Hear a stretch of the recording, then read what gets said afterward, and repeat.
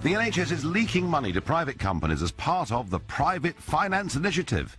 It's led to private companies over the last few years getting nearly £1 billion in profits. Now, the NHS defend this and say, hey, it's only 3% of the NHS budget. It was all a big Blairite initiative going all the way back to 1997. But it raises a real question. Is there a role for the private sector in the National Health Service, or does privatisation undermine the very existence of a National Health Service that is free at the point of use? Call me on 0345 60 60 973. I'm Nigel Farage on LBC, and it all starts next. The NHS is leaking money to private companies in contracts known as PFIs. This was about the building and running of brand new hospitals. It came in back in 1997. It was a Blairite initiative, and over the course of the last few years, last 6 years, £831 million has gone to private companies. The Department of Health defends it, saying it's only 3% of the NHS budget after all. But there is a big debate here. What is the role for the private sector in the National Health Service, or does privatisation undermine the very existence of a National Health Service free at the point of use? Please call me on 0345 60 60 973 to tell me what you think about this. And yes, you're right, it's me. It's Nigel Farage, and I'm standing in this week for Ian Dale. I'm here tonight from 4 to 7. I'll be here all the way through until Friday. And in a very packed show this evening, we'll be bringing you the latest from Hurricane Harvey, which has now moved into, as predicted, Louisiana. We'll be talking about the Scottish Labour leader standing down and perhaps examining what the reasons behind that might be. We will, of course, unavoidably be talking about North Korea, and indeed Prime Minister May is in Japan today, who, if you remember, 48 hours ago had a missile fired over their space, over Hokkaido Island, leading to, for the first time since World War II, air raid sirens going off over large parts of Japan. But first, are you old enough? If you're over 30, you will be. Do you remember this?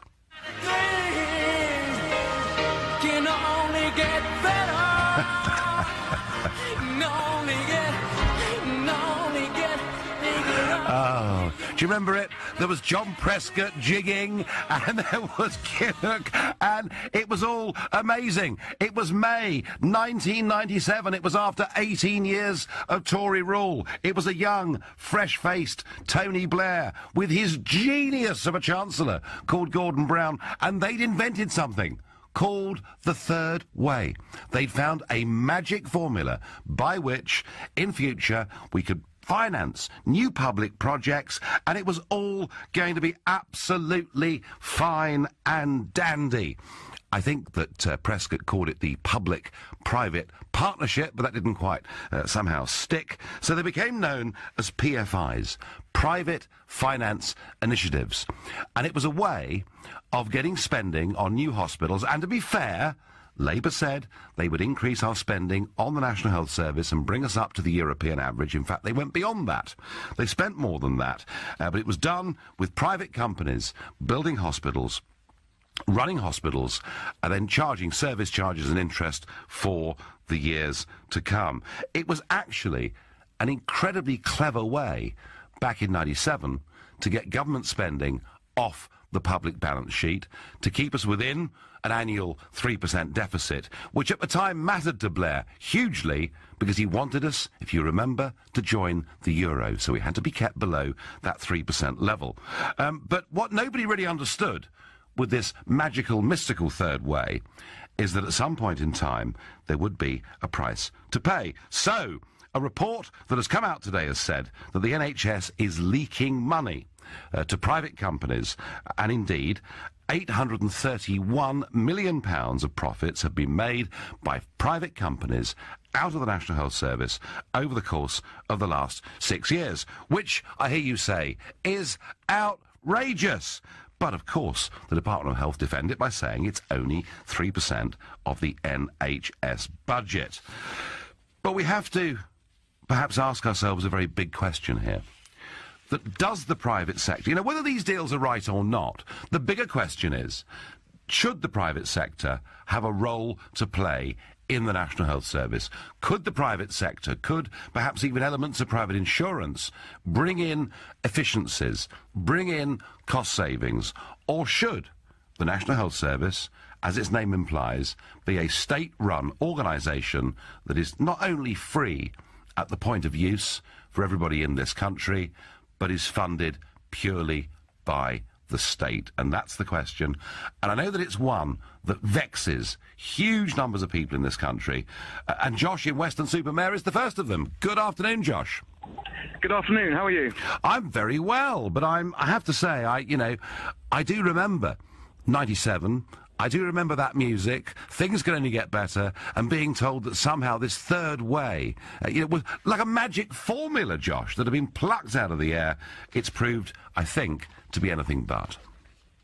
Yeah, I think you may be right there, but I suppose the points I want to make really is PFI, and then there's outsourcing, and I think they're two very separate issues. Completely disagree with the concept of PFI. I think it's a bit of a misnomer, and it's a very inefficient way of operating the country. But the general concept of outsourcing to the private sector in general is something I really strongly support. I think the NHS as a whole needs to be run more like a business as opposed to a money machine. It's the public sector are extremely inefficient in general. They're known to be relatively inefficient in the way they operate. Whether that's true or not, why, Josh? I'm not sure. Why? I think it's just. Well, I think it's. If I'm honest, I think it's civil service mentality, and it's historic and it's legacy, and it does need changing. I know in certain agencies and departments of the government that has changed and that has improved, but you still see it. You still see it within the public sector, and I think when a business is there to make money, they're going to operate it much more efficiently. But as you've seen with the rail being operated by private organisations, it's not being done efficiently, and I think that's all down to how the contracts are administrated. Well, certainly, Josh. I mean, there is a point you make about the civil service and bureaucracy that I agree with wholeheartedly, because it's absolutely right that when Blair promised he would increase spending on the NHS, he did more than he promised. Massive increases in expenditure, but where did the money go?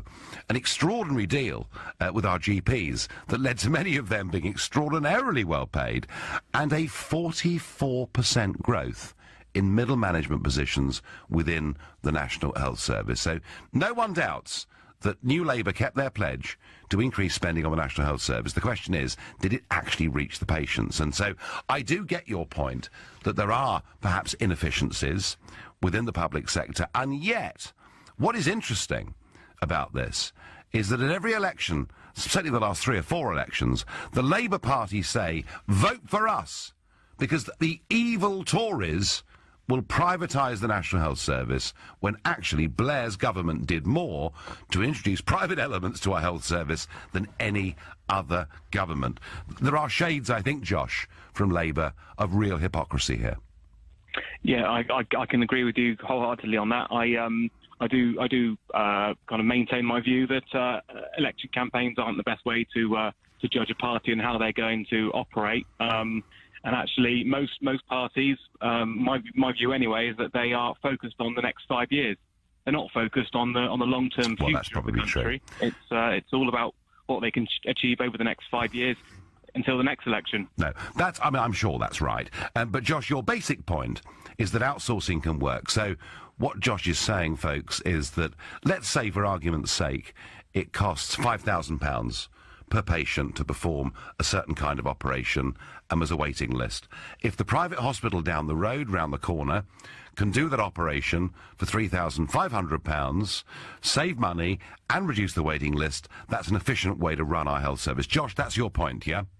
Absolutely, and it's outsourcing work, not just to private hospitals, but to other organisations as well. Josh, I thank you very much for your call. Now, folks, tell me that Josh from Weston-super-Mare is wrong. Tell me that it's bad, that it's evil to use the private sector in any way in our National Health Service when he's put to you that proposition that there are times when the private sector can be used to perform operations cheaper than a National Health Service hospital can do it. One thing I know for certain is that in France, they do this kind of thing all the time. So I think I go with Josh.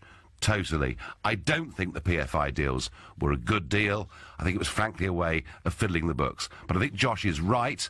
I think the private sector does have a role. I think outsourcing can make the whole thing cheaper and more efficient. Tell me I'm wrong on 0345 60 60 973. Andrew is calling from Docklands. Andrew, good afternoon.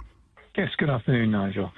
So I think my view on this is that what I'm very worried about when they say get the private sector involved is they give the private sector some sort of a cartel or monopoly position within the NHS. That's the wrong way to do it. What you do is give the patients the option to take the money that they would have being spent on that operation that the NHS, say, for instance, can't give them for 18 months and take that money elsewhere and find a solution themselves with that money, something like a voucher system. A voucher system, yeah. The money. Yeah. Yeah. And that way you bring the competition back and the NHS has to buck its ideas up. Yeah, Andrew, whether it's done through a voucher, whether it's done by a hospital, as I say, speaking of the one round the corner, I don't think that really matters. What you're saying is it would be quicker and cheaper, and that's the point, yeah?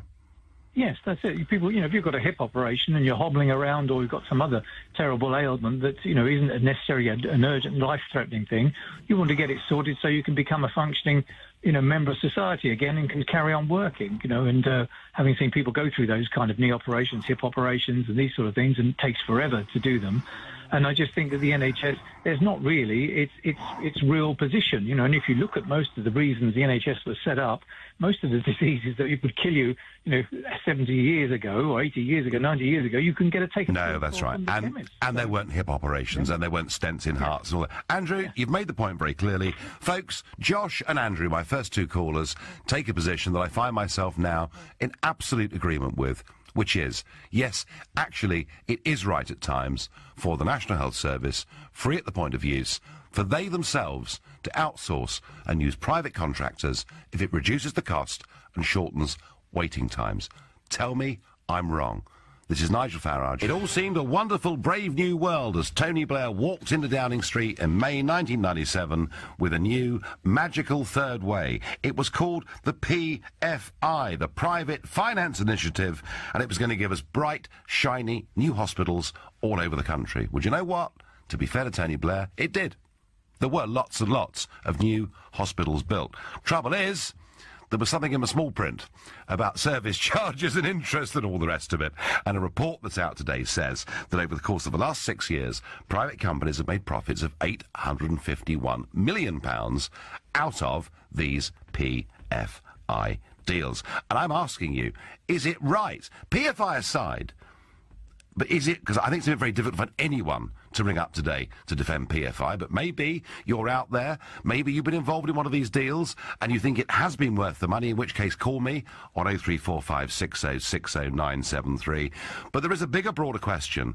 Is it ever right for private money or private services to be used in national healthcare provision, or should the National Health Service be absolutely free, not just at the point of use, but run completely by the state? And so far, our callers have said that they think outsourcing is a good idea if operations can be performed more quickly, cheaply and easily somewhere else. So let us know what you think. You can text us on 84850. You can tweet us on @LBC using the hashtag Farage on LBC.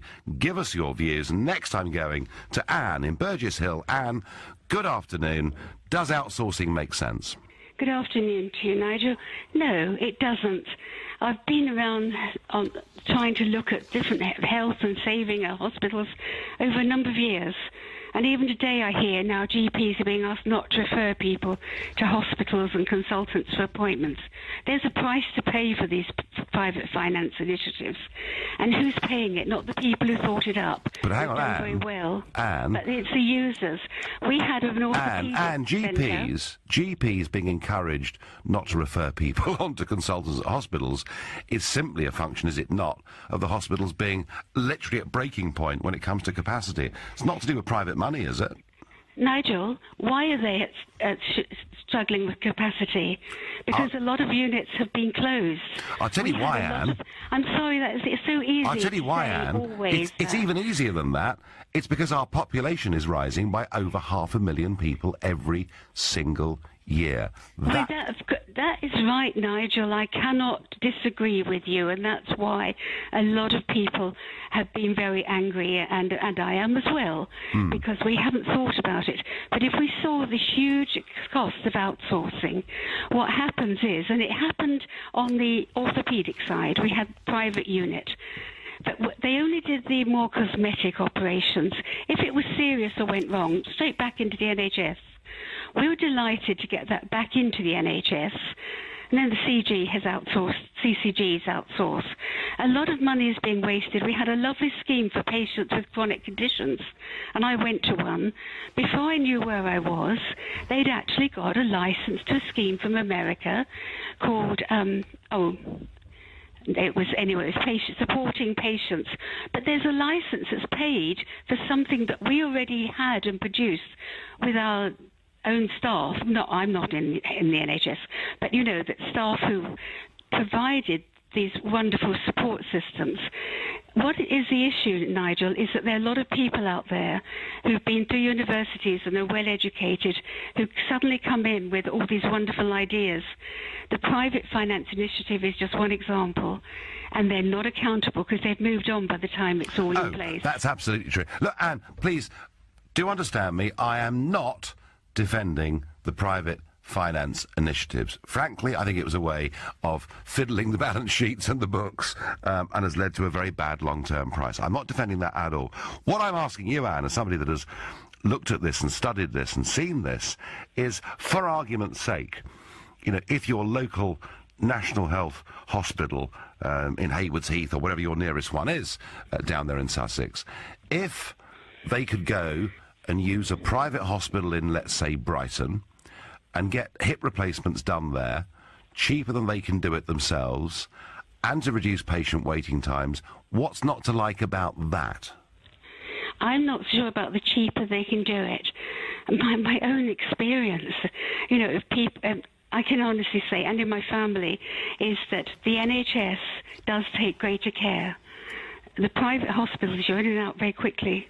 Yes, I know. The way it works, I can't tell you over the radio because I don't want to cast any aspersions on people who are trying to do their jobs.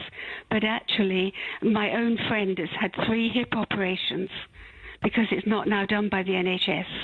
So because of this, we get them in, we get them on their feet, we get them out because we don't want them in bed too long. It's actually costly. Well, Anne, you know, I've had, my medical notebook is considerably long, and I've had major operations both within the National Health Service and within the private sector too, and you're quite right. You know, the private sector is not perfect, and certainly, you know, if I'm an emergency case with a serious, life-threatening, immediate problem, the National Health Service is where I would want to be every single time. But my own experience, Anne, of elective surgery is that if I go somewhere else, I can get it done more quickly. Now, I've done that because I've been insured, or in some cases I paid the bill myself. But I mean, what you're saying to me is that in some cases the private system is being used not to reduce cost or time, but literally they're closing down departments in the National Health Service to have it done somewhere else. Is that the point you're making? Well, I think they are, and they're also losing a lot of the expertise and the staff, the dedication. You can't buy it. You can't buy the commitment and the skills. I do have concerns, and I'm afraid I've watched it a long time, and you have to say, okay, on today, this looks like it's going to save you money. Like the closure of all the local authority homes that took in older people, they provided the care. They were well run, and there was a good salary and career structure. So, Anne, now, what would your solution be? Local authorities are terrified. Hospital beds are so occupied because we haven't got the facilities, because at the time, we don't need that. We've got a new way of doing it. So what would you do, Anne? What would I do? Well, I would develop we developed one in Haywards Heath when we had a wonderful primary care trust. We developed the well, I think you have to bring back the cottage hospitals. Yeah. But also we had the intermediate care centre, which is what you call step-down beds. Or in Germany, it would be convalescent homes, and you know how good it is on the continent. So they wouldn't be occupying the hospital beds at that great cost. Okay. That's freed up. But what you have is those other beds before you send them home, so they don't have to be returned to the hospital too quickly. Anne, thank you for your call. Thank you for your concerns. And Anne, they're concerned that outsourcing actually could be used as a means, effectively, of losing expertise and closing down facilities within the National Health Service. And I wouldn't want that. My argument, and the reason I supported the first two callers on outsourcing, is I think it could bring cost savings and time efficiencies if done properly. And we stay in the county of Sussex and go to Kevin in Uckfield. Kevin, good afternoon. Good afternoon to you, Nigel. I was driving along, I've pulled over now, and I have to say I wasn't prepared argumentatively to make this phone call. Right. But by way of background, I have for 30 years owned a company that manufactures and designs hospital operating theatre air conditioning equipment. Right. And my alert on the PFI initiative has been that the very sensible and required standards that were afforded under the NHS have been disregarded under the PFI initiative to provide for increased profitability for the developers. So you're arguing that not only has PFI had an horrendous long-term cost, but it's lowered standards. That's what you're saying, isn't it? Absolutely. Oh, there is no question. I've seen it with my own eyes. My company has been engaged to conduct surveys on this equipment. Interesting. Well, poor. Kevin, it's very poor. Kevin, with your 30 years of experience in this, I'm not going to fight against you one little bit. And I'm very pleased that you have pulled over and told us that, because that brings a whole new element to it. Not just expensive, but badly done. Kevin, are there any circumstances in which outsourcing, using the private sector, or perhaps insurance, could be of benefit to the National Health Service? If you contrast a properly designed and constructed NHS facility against those that were built under the PFI, I can say, because I also work in the private sector, my company works in the private sector, that the vast majority, and I won't quote the names, of the private sector hospitals are built fully compliant with the HTMs, which is the Hospital Technical Memoranda. Okay. So my argument there is I would have far more comfort having an operation on my shoulder in a private hospital than one that has been built under the PFI. Interesting. Kevin, that is a fascinating point, and thank you so much for pulling over and telling us that. Kevin from Uckfield, thank you very much indeed. So Kevin bringing a whole new dimension in there, saying that Blair's wonderful new plan for PFIs has actually lowered standards, and he would have more confidence having an orthopaedic operation in a private hospital. I've never heard that argument before. I think it is somewhat alarming. I'm Nigel Farage. It's 20 years since we started the private finance initiatives with our hospitals, and today a report says the NHS is leaking money to these private companies. Indeed, they've made profits of £851 million out of NHS buildings over the course of the last 6 years. And I've yet to find a caller, I've yet to find a texter, a tweeter, anybody that will defend these PFI deals that were struck back in the late 1990s. Indeed, our last caller, who'd spent 30 years producing medical equipment, said that he felt under PFI deals, not only had they proved to be expensive, but the standards in theatres had fallen as well. So that's one thing we're talking about. And more broadly, though, we're saying, are there cases where the private sector, through outsourcing or perhaps private medical insurance, could be of value to healthcare provision in this country, or should the National Health Service be purely run by the state? And Wendy says to me on Twitter, PFI should not be confused with normal privately run enterprise. The terms of PFI contracts are scandalous. Wendy, you're another one. Please, somebody out there tell me PFI was a genius idea. Mr. Blair, if you're listening, it's 0345 60 60 973. I'm going next to a doctor, George from Basildon. George, good afternoon. Hi, good afternoon, Nigel. It's a pleasure speaking to you. Well, thank you, and thank you for coming on as a professional working in the industry. Now, nobody, George, has had a good word to say about PFI, and indeed, you know, my last caller, who makes medical instruments, was worried about standards in theatres. But, George, would you as a doctor advocate at times outsourcing, say, a hip replacement? Right, I feel very passionate here about it. That's why I had to call you in.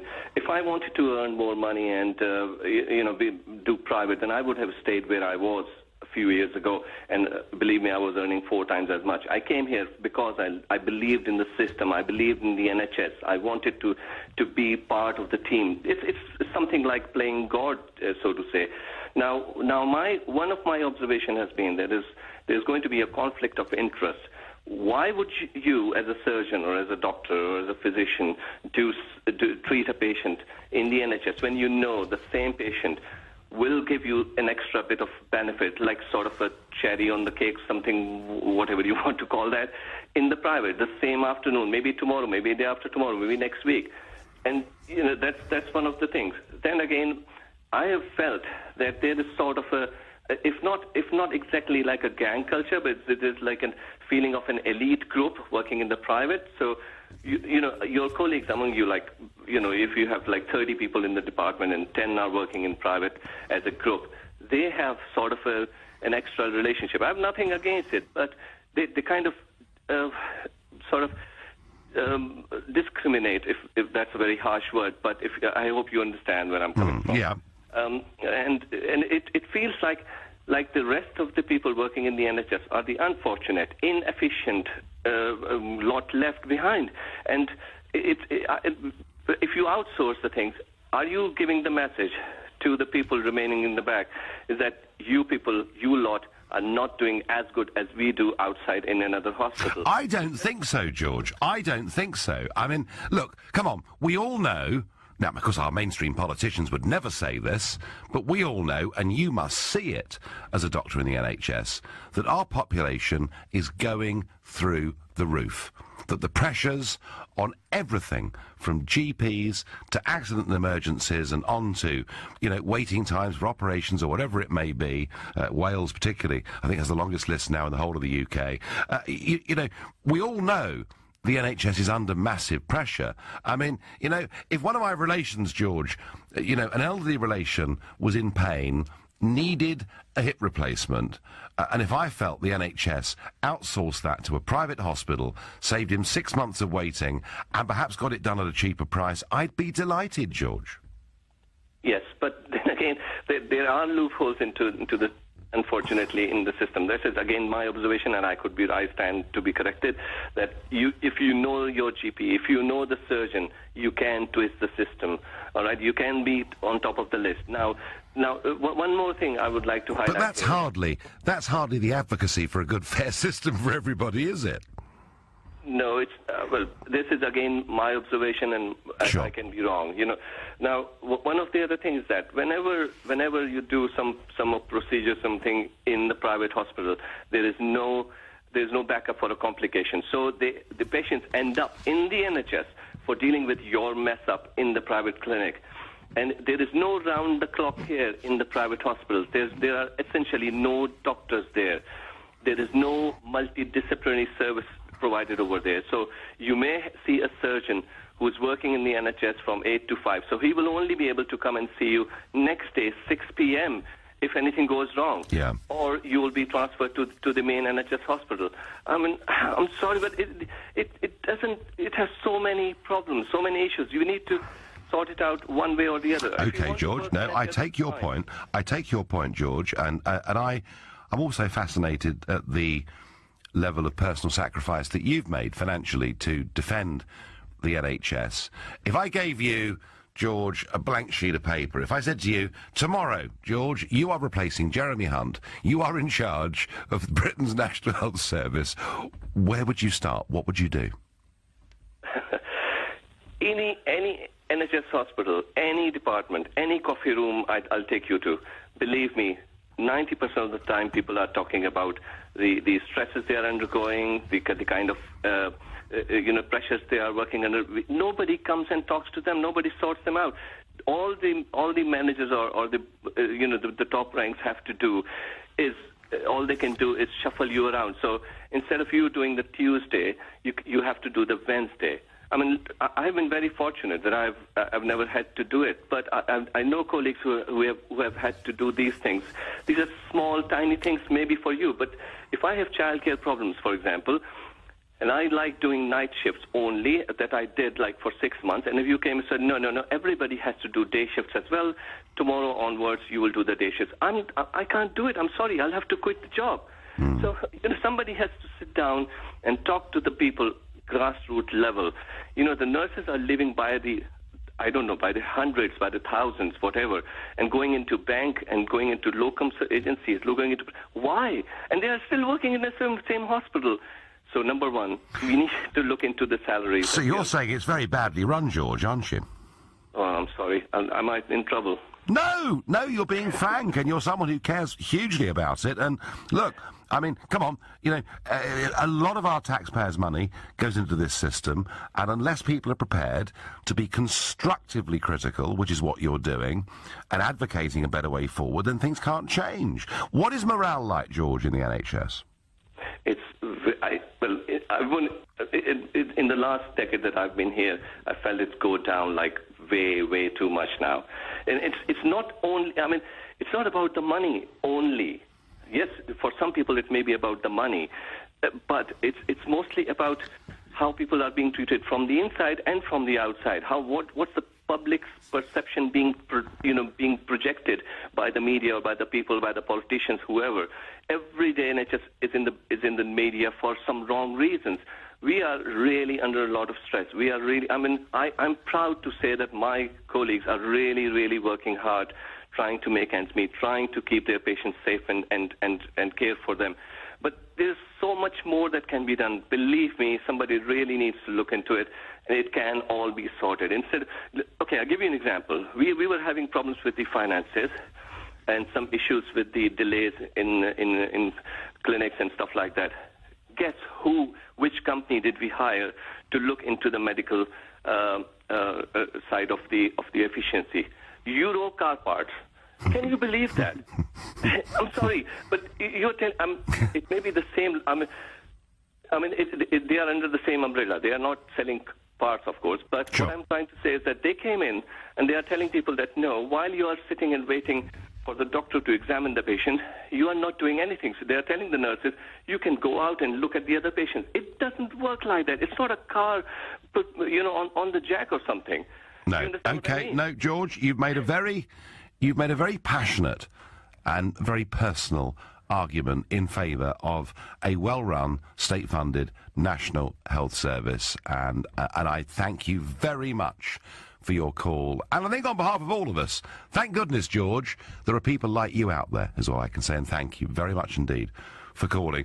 Well, George saying, don't outsource, fix the problems, but I thought the longer that call went on, the more worried I got about the way, actually, that our hospitals are being run.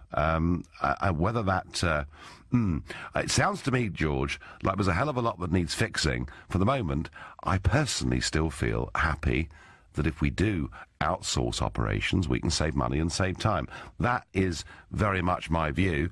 But, I mean, please tell me I'm wrong. 0345 6060 973.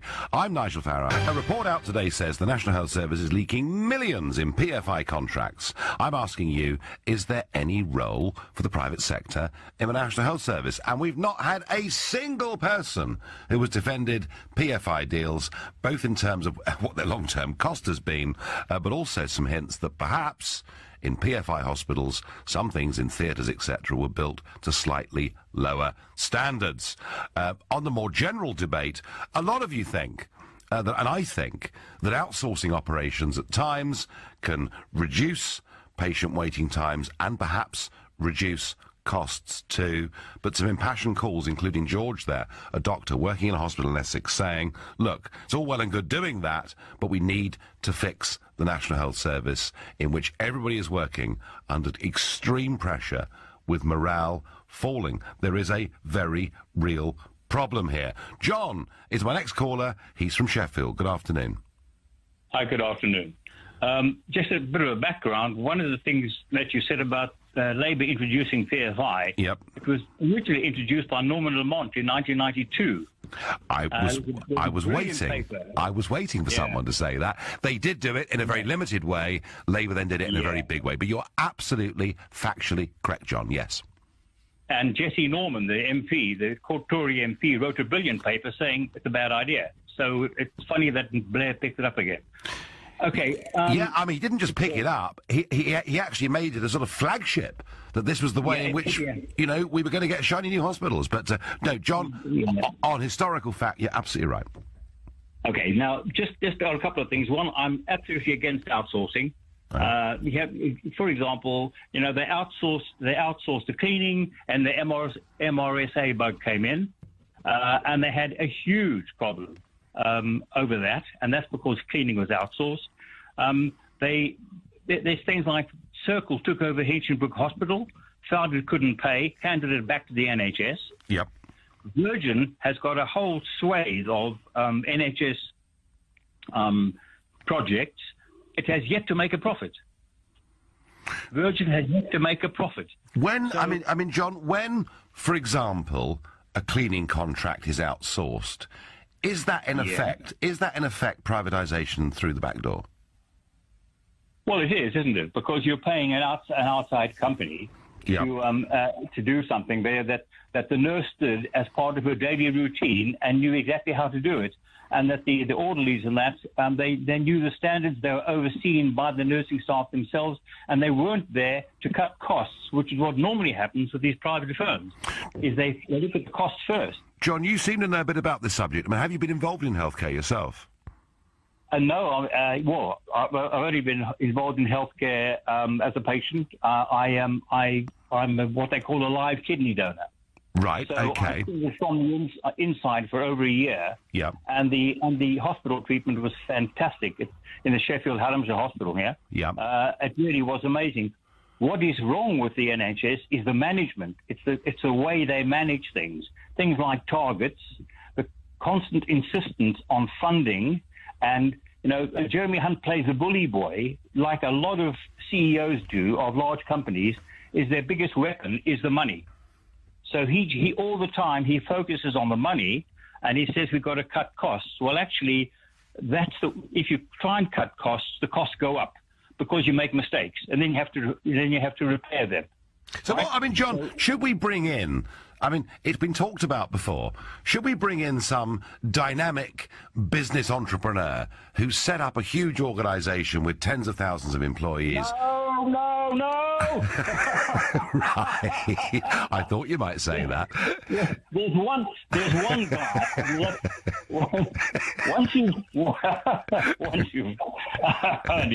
Once you fire Jeremy Hunt, then right. So he's got to go, has he? Hunt's got to go. Yeah. Yeah, he's got to go. He's an utter incompetent. Right. The person you've got to get in is Don Berwick. Tell us more. Don Berwick has been an advisor to a number of. I think he was an advisor to David Cameron at the time. But he's a medical expert. He is a doctor himself. Yep. He's run he's run a brilliant system of Medicare, and he's a great fan of what this guru called Dr. Deming said, which is if you improve the quality, the care goes up and the costs go down. So focus on getting better and better at what you're doing, finding where there's waste, finding where there are delays, get rid of them. Okay. And that works. And Berwick is still around in this country. Why don't they give him Hunt's job? I can't believe it. Oh, well, firstly, he's not an elected MP, and we generally choose people in Parliament to run these things. John, you may or may not be right. Either way, a fascinating call. I'm heading down to Folkestone next on the South Coast. John, does the NHS work? Does outsourcing make sense? The NHS doesn't work. It will never work. It's a nationalised industry, and like all nationalised industries, are badly managed and have extremely poor outcomes for the customer. So right. So you're pretty down on the NHS. What I think is that after the war, the NHS was essential. We were bombed back to the Stone Age almost, and everything was nationalised then. Yep. And it was essential, and we've moved on from there. That's the last century. This century, our expectations of our healthcare have changed.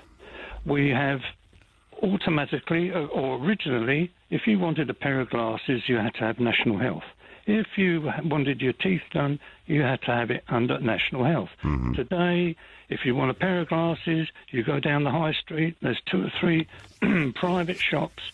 We pay up front.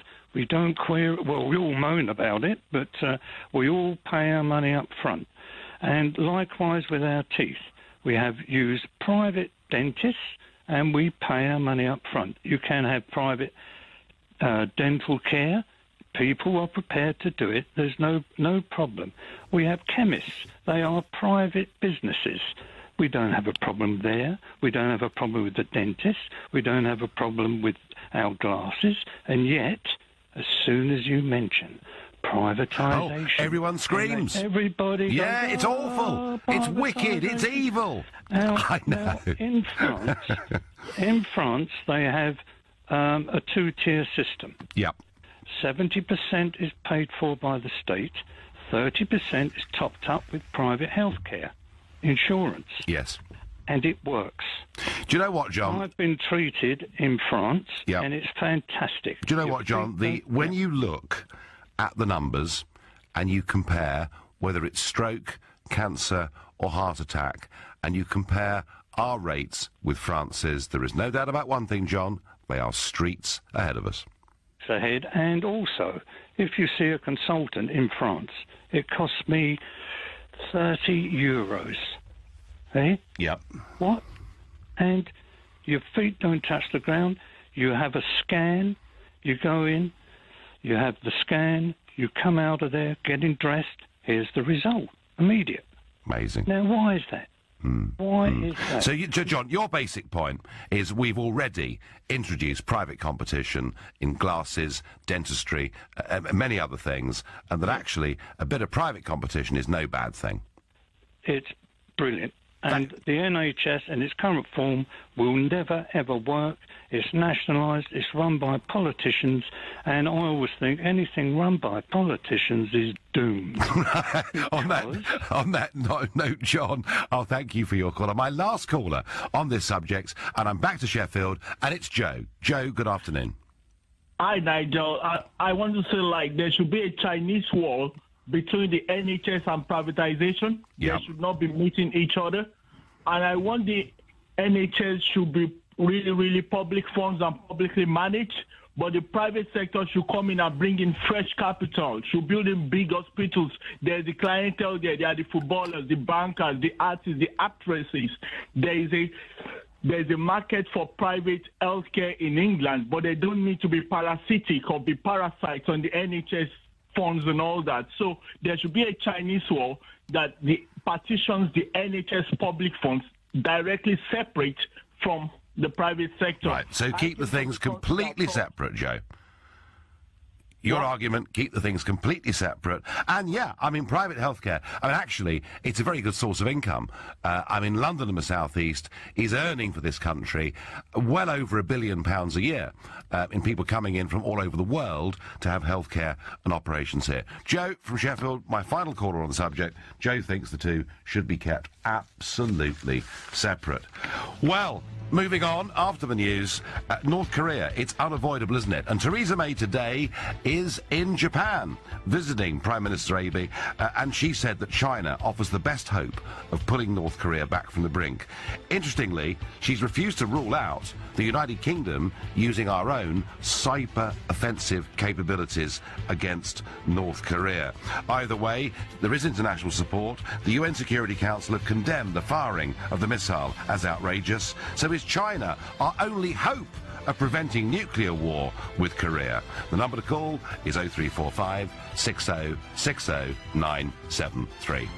Theresa May is in Japan today. She's with Prime Minister Abe, and of course, what is absolutely dominating their conversations isn't the prospects of a trade deal between Britain and China once we've left the EU, welcome though that may be. No, it's that missile, isn't it? Launched by North Korea, leading to those, for the first time since 1945, air raid sirens sounding on the island of Hokkaido and many parts of northern Japan. Now, what Mrs. May is saying is that China offers us the best hope of pulling North Korea back from the brink of a nuclear confrontation. She also, I thought fascinatingly, did not rule out the United Kingdom using our own cyber offensive capabilities.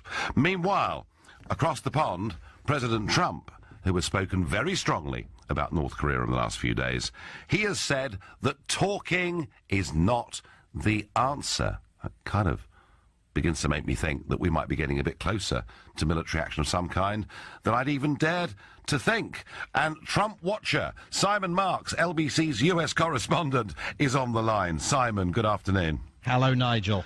So what is the mood? I mean, has Trump completely run out of any patience with Kim? Well, he certainly seems to continue to be hinting that is the situation. This was a curious intervention. It came, 3 hours ago in a series of messages on Twitter that President Trump was writing about a whole series of different issues. But one of them was North Korea, and he wrote, "The US has been talking to North Korea and paying them extortion money for 25 years.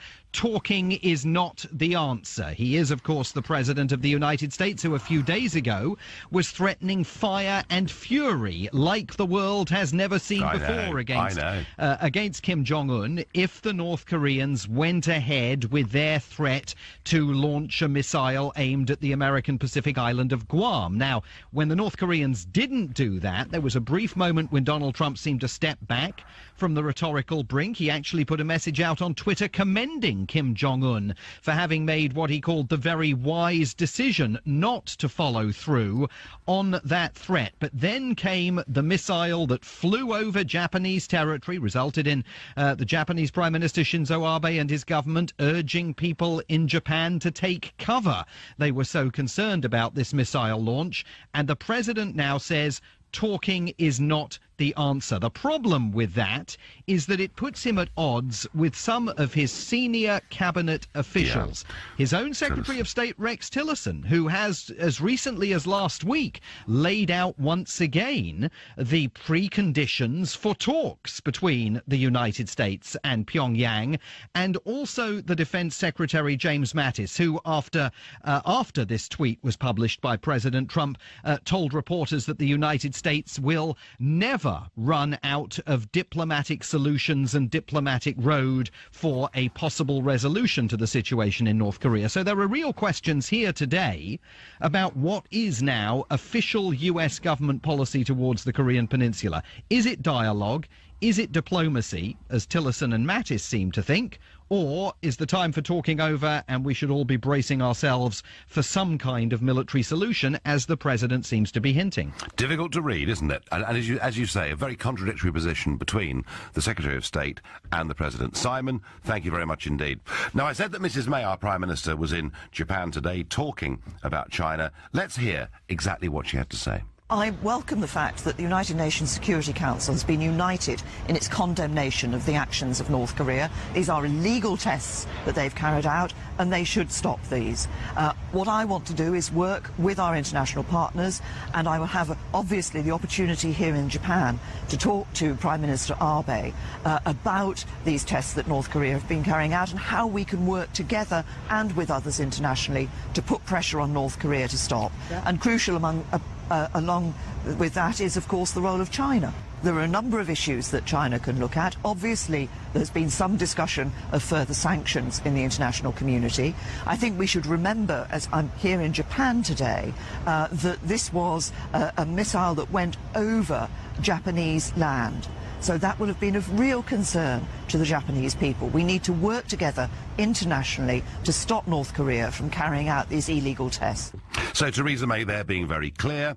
We've got to work together internationally. She praised the United Nations for saying what they said, that it was completely unacceptable what the North Koreans had done, firing that missile over Japan. And Trump, once again, as you would expect, using very strong language and saying talking is not the answer. Well, perhaps let's try and get a bit more analysis on perhaps where we are with all of this. And I go now to Rockville in the United States to Harry Kazianis, North Korea expert and Director of Defence Studies at the Centre for the National Interest. Harry, good afternoon to you. Good afternoon. How are you? Well, puzzled, Harry. Very puzzled. I mean, I'm kind of not sure what the real position is of the US government towards North Korea, because it does seem to be slightly contradictory things being said between Rex Tillerson and Donald Trump. Well, don't be confused. Let me put it to you this way. If we're going to go chasing Donald Trump's tweets, looking at foreign policy and looking for policy positions, I guarantee you're going to get one big migraine headache. So I'm going to spare your listeners the trouble. Don't do that. Because we have to keep in mind, there's no way that President Trump can actually craft U.S. foreign policy and U.S. thinking on North Korea in 140 characters. It's impossible. So my suggestion to your listeners and everybody who's out there is look at what the United States does. Don't look at what Donald Trump says. Don't look at his Twitter account. You're going to go absolutely bonkers.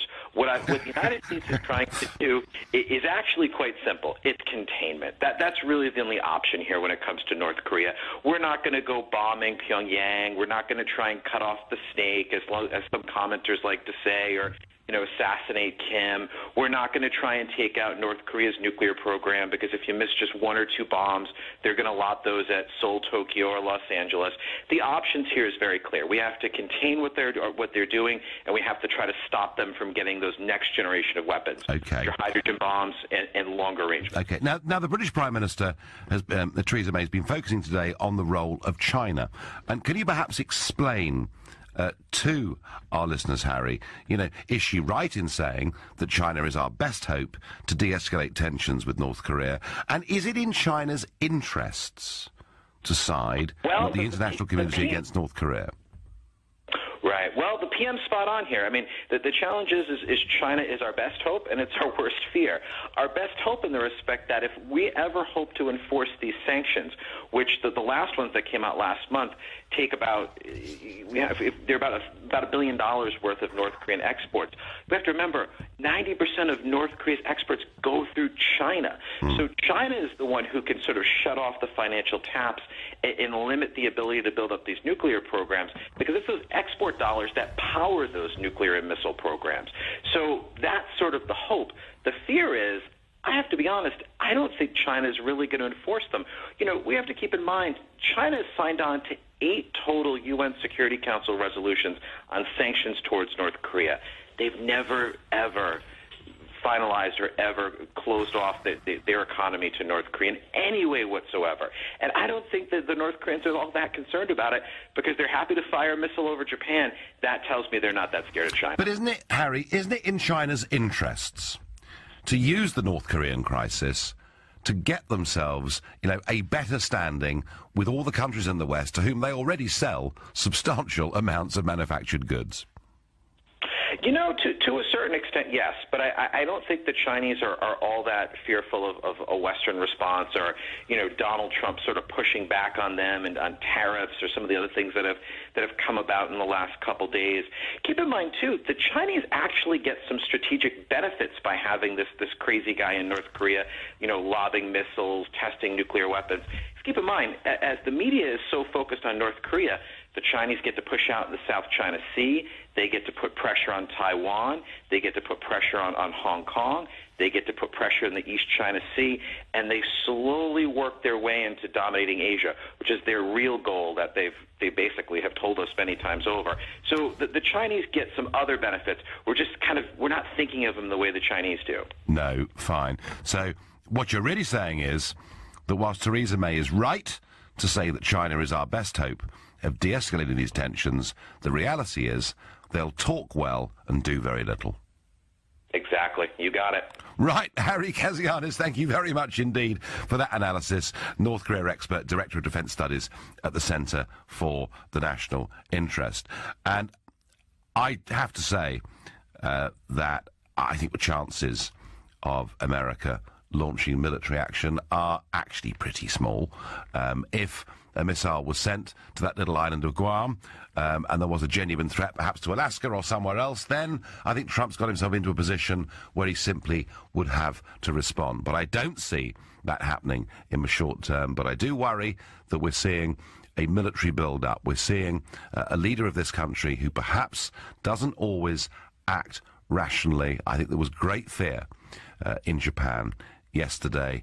The international community are joining together through the UN Security Council, and this has got the support, publicly at least, of China, certainly of Putin's Russia too.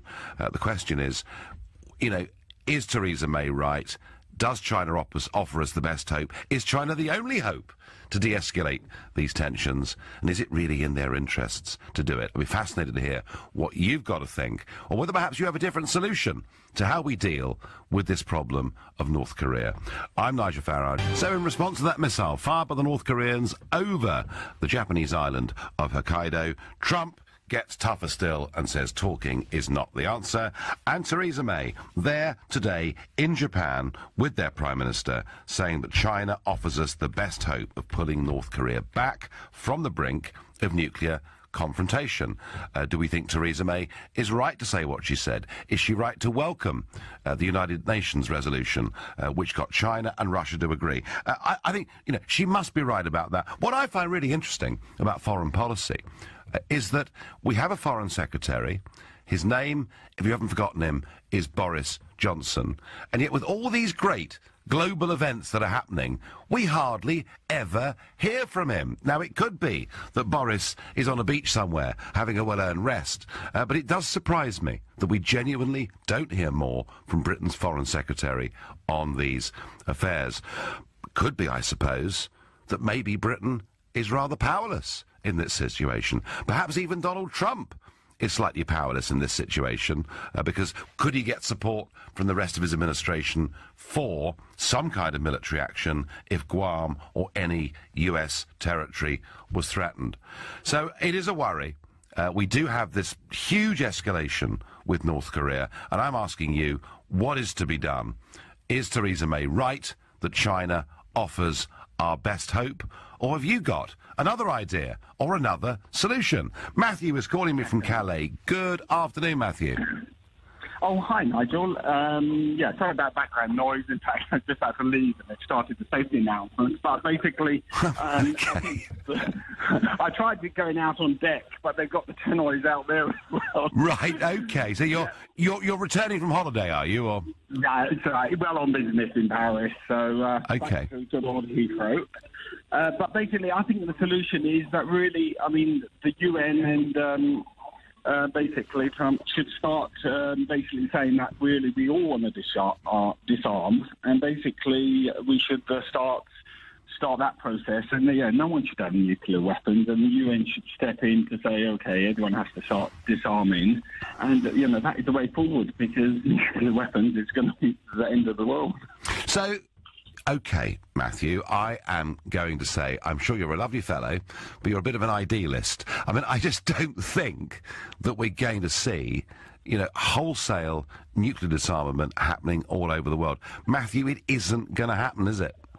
Well, we've got to start those talks. Everyone's got to be talking that way. And if we're talking that way, and then we could then say to North Korea, yeah, you haven't got them, so you're not going to get them.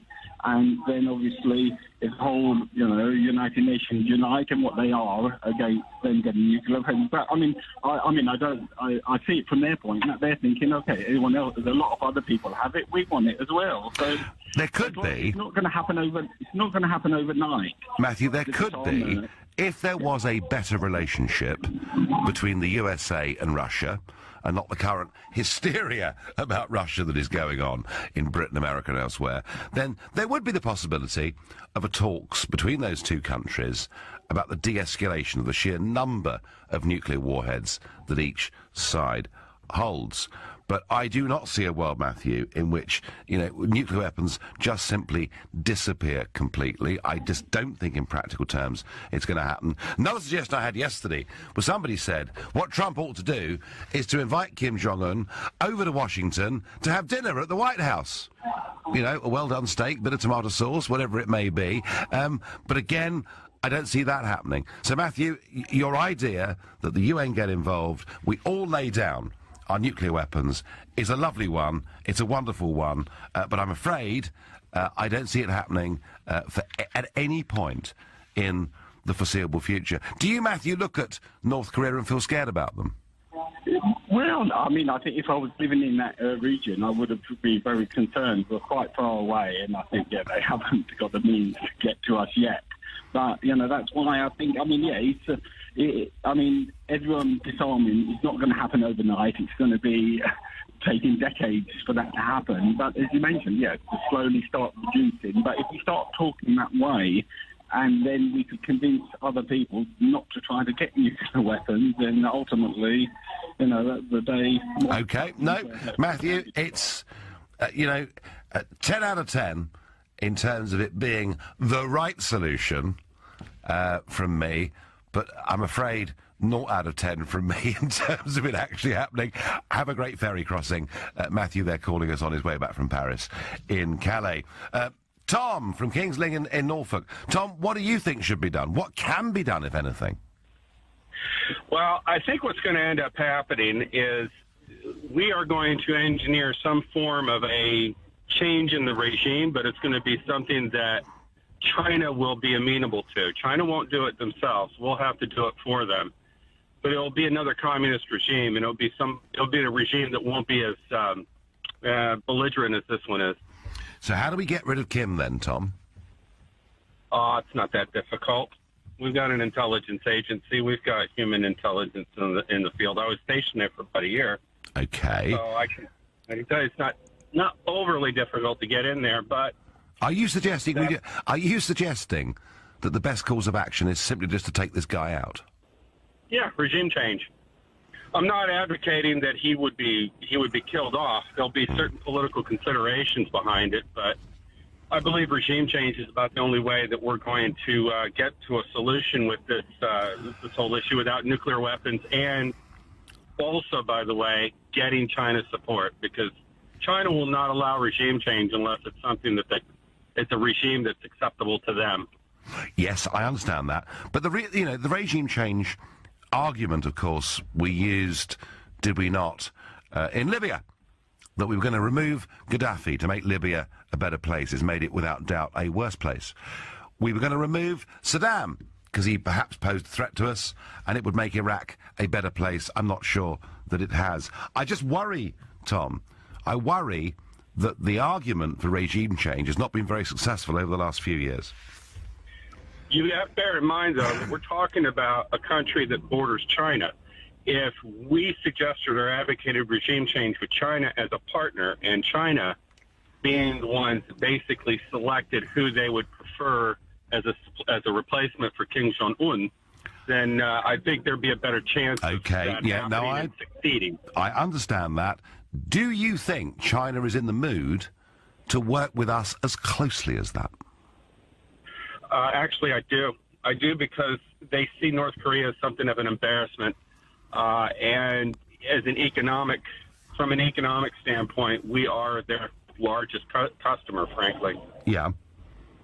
Yeah. So if we basically come to them and basically say, look, here's the deal. We'll support putting a new person in place as long as it's someone that you agree with, and it's not somebody that's going to continually threaten Japan and us. It's protecting your national interest. It's protecting our national interest. And let's face it, the trade continues. We're your biggest partner. We're your biggest trade customer. You know, if we're going to have problems in this department, maybe we should reconsider our trade relationship. I think that would turn China around. Yeah, no, I do understand the logic of that. And who would broke that deal? Would that be done through the UN, or would it be someone like Rex Tillerson that did that, you know, America to China? I think it's already being done. I think it's being done through Rex Tillerson. Yeah. To be fair, I think a lot of things are going on that nobody knows about. I think people are being very tight-lipped because Trump is a deal maker, and when it comes to negotiation, I don't think you're going to find somebody as good as he is coming to the table like this. I understand he's not quite versed in this arena since he's not a politician, he's a businessman, but... Well, the same argument, of course, could be used about Tillerson, who ran ExxonMobil and was their chief executive until he became the Secretary of State. So you could use the same argument about him too, couldn't you? You could. However, China is, despite the fact that it's communist, China is very business-oriented. China is all about getting the dollar, getting the yuan, getting the pound, getting the franc, getting the euro. So, you know, they're business-oriented. They're businessmen, too. I think there's already a lot of talk going on as we speak, and this is part of the reason why I don't think you're seeing a lot of hysteria or you're not hearing a whole lot of hysteria coming out of the United States regarding China. It's mostly about, you know, Confederate statues and this other... that malarkey, you know. Yeah. But no, Tom, I think your basic point that these conversations are happening and that it is being said to China that it's considerably in their interests for something to happen, and whether that something is military action or regime change or whatever it is, I'm convinced you're right. I'm convinced those conversations are happening and that is the key. Ultimately, China will do what's best for China. Tom from King's Lynn, an absolutely fascinating phone call. I think he's right. I'm sure. You've seen publicly, actually. You've seen Trump being quite nice to China. You've seen Tillerson be quite nice to China. I'm sure these conversations are happening. I think Theresa May for once is right. China probably is the key to sorting out North Korea. I'm Nigel Farage. Theresa May is there in Japan today, and she says China offers us our absolute best hope of stopping this increasing tension and escalation with North Korea. Is she right? Is it in China's interests to do a deal with the West to perhaps change, attack, or get rid of the current leader of North Korea? Our previous caller, Tom from King's Lynn, suggesting that those conversations are taking place already between Rex Tillerson and the Chinese regime. And you know what? I suspect that is absolutely right. John in Gravesend in Kent. John, good afternoon. What do you think? Good afternoon. Well, the policy to solve all this for everywhere, Ukraine, Venezuela, all the other countries, is Yanks go home. I'm sick to death of this attitude towards North Korea without an appreciation of where they're coming from, where the Japanese mistreated them between 1910 and 1940, and the way that 200,000 Korean women were there to service the Japanese army. The fact that the Americans there, destroyed every city, killed General Curtis May, bragged, we've killed 20% of the population. I mean, it just goes on and on and on. Do you know it was, you can try a Time Watch program, We'll Kill 'Em All, it's called. And it's a documentary about the Americans killing refugees, civilians in Korea. And the South Koreans hate the Japanese. And all I'm trying to say is, with that background, the Supreme Leader is right. You know and I know, if a country disarms, the Americans will have them. And there is no way China is going to allow America to do what it's doing around Russia and put American bases straight on its border. No, of course. No, I completely understand that. That would not be in China's interest, John, and I get that. Of course I get that, and I understand that. But the idea of Yanks go home is not something, I would suggest to you, John, that would be very popular in South Korea, where they absolutely rely on the American military being there for fear that if they weren't, the North Koreans would invade them. Look, we have the same argument with Iran. Iran hasn't attacked another country since the, I think it was a battle at Basra 218 years ago. Yeah, and we make out they're the biggest threat. You know, it's just, it's pathetic. Honestly, the Americans should get out of the East China Sea, stop meddling in other people's affairs, go home, and get out of the way. Until Trump came in, there was, you know, Korea was just meddling along in its own way, a sovereign country, allowed to have nuclear weapons. As you said, we're not going to disarm. No, we're not, and that's never going to happen. But I mean, you know, John, at the moment, the way the North Korean regime is behaving is pretty provocative stuff, isn't it? And the American regime. And as far as I'm concerned, the situation's like this. I know that they can destroy North Korea, but also I know a lot of Asia and possibly a bit of America can be put into a wheelchair. And finally this, you do not need a missile to go to America. Do you know how many sea containers arrive in America every year? 6 million sea containers arrive in the United States. Only 2% are actually checked by customs. Yeah. You can put a bomb in a container, put a stamp on it, send it to Chicago, and when it goes up, there won't be anybody there to identify who posted it. Don't give them ideas, John, for goodness sake. But I do understand what you mean. All right, John from Gravesend, he's very clear. It's Yanks go home. Americans have interfered far too much in global foreign policy since 1945. Well, I certainly, John, would not support everything America has done in terms of foreign policy, but I cannot see South Korea wanting American troops to leave. I simply can't. Jim in Billericay. How do we get the Chinese to help us, Jim? Hello, Nigel. I couldn't disagree with that man more. Right. It's all very well talking about the American imperialism all over the world, but when it suits us, we certainly want them to be the sheriff of the world because nobody else will step in. And if that's the case, what's Japan got to do with it? So it seems to me that there are only real two answers to this. One is China, and I don't see China putting itself out because they themselves are very undemocratic and very tyrannical. The government is. So if that doesn't happen, we've seen lunatics and dictators throughout history. Yes. And I'm afraid there's no other way to deal with them other than force. I'm afraid, and it's a pretty miserable thought. But it seems to me the only way is to take him out if China doesn't step in and stop this. Yeah, and will China step in and stop this? Well, I'm not sure. I mean, I don't know. I don't know what damage it would do for their interest if they were to step up the pressure. But I wouldn't trust their sense of kind of democratic morals, if you like, because I think they are a very tyrannical government. Yes, and I'm, you know, in many ways they are, and they, of course, don't want lots of Western-style democracies encircling them, do they? And I understand that, but they do, Jim, have an opportunity here to build some much better strategic relationships with their biggest export markets in the world, don't they? That is very true, Nigel, and I think that might be the tipping point because they could really make such good relations with the rest of the world if they stepped in to be the peacemaker between us. And it's not just America, it's us too, and Japan. Yep. Yeah. Well, actually, through the UN, it's lots and lots of countries, isn't it? So it's a big moment. Jim from Billericay, I thank you very much indeed. Now, Tom from King's Lynn, who I spoke to before the break, he's been back on the phone to say that he, of course, was stationed in South Korea, and he says the reason there is an American presence there is that if the US left, the South Koreans would see it as a sanction for them to make incursions into northern Korea, which is an interesting perspective on it. Either way, Tom sees the Americans in Korea as a peacemaker. Interesting. Is he right? I don't know. But certainly, I would be very surprised if the Americans were going to leave South Korea anytime soon.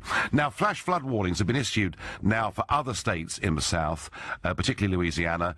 The storm, which we talked about yesterday, which was reduced from being a hurricane, but dropping just staggering amounts of rain. You know, we're talking about 30, 40 inches plus. Large parts of the Texas city of Houston are underwater.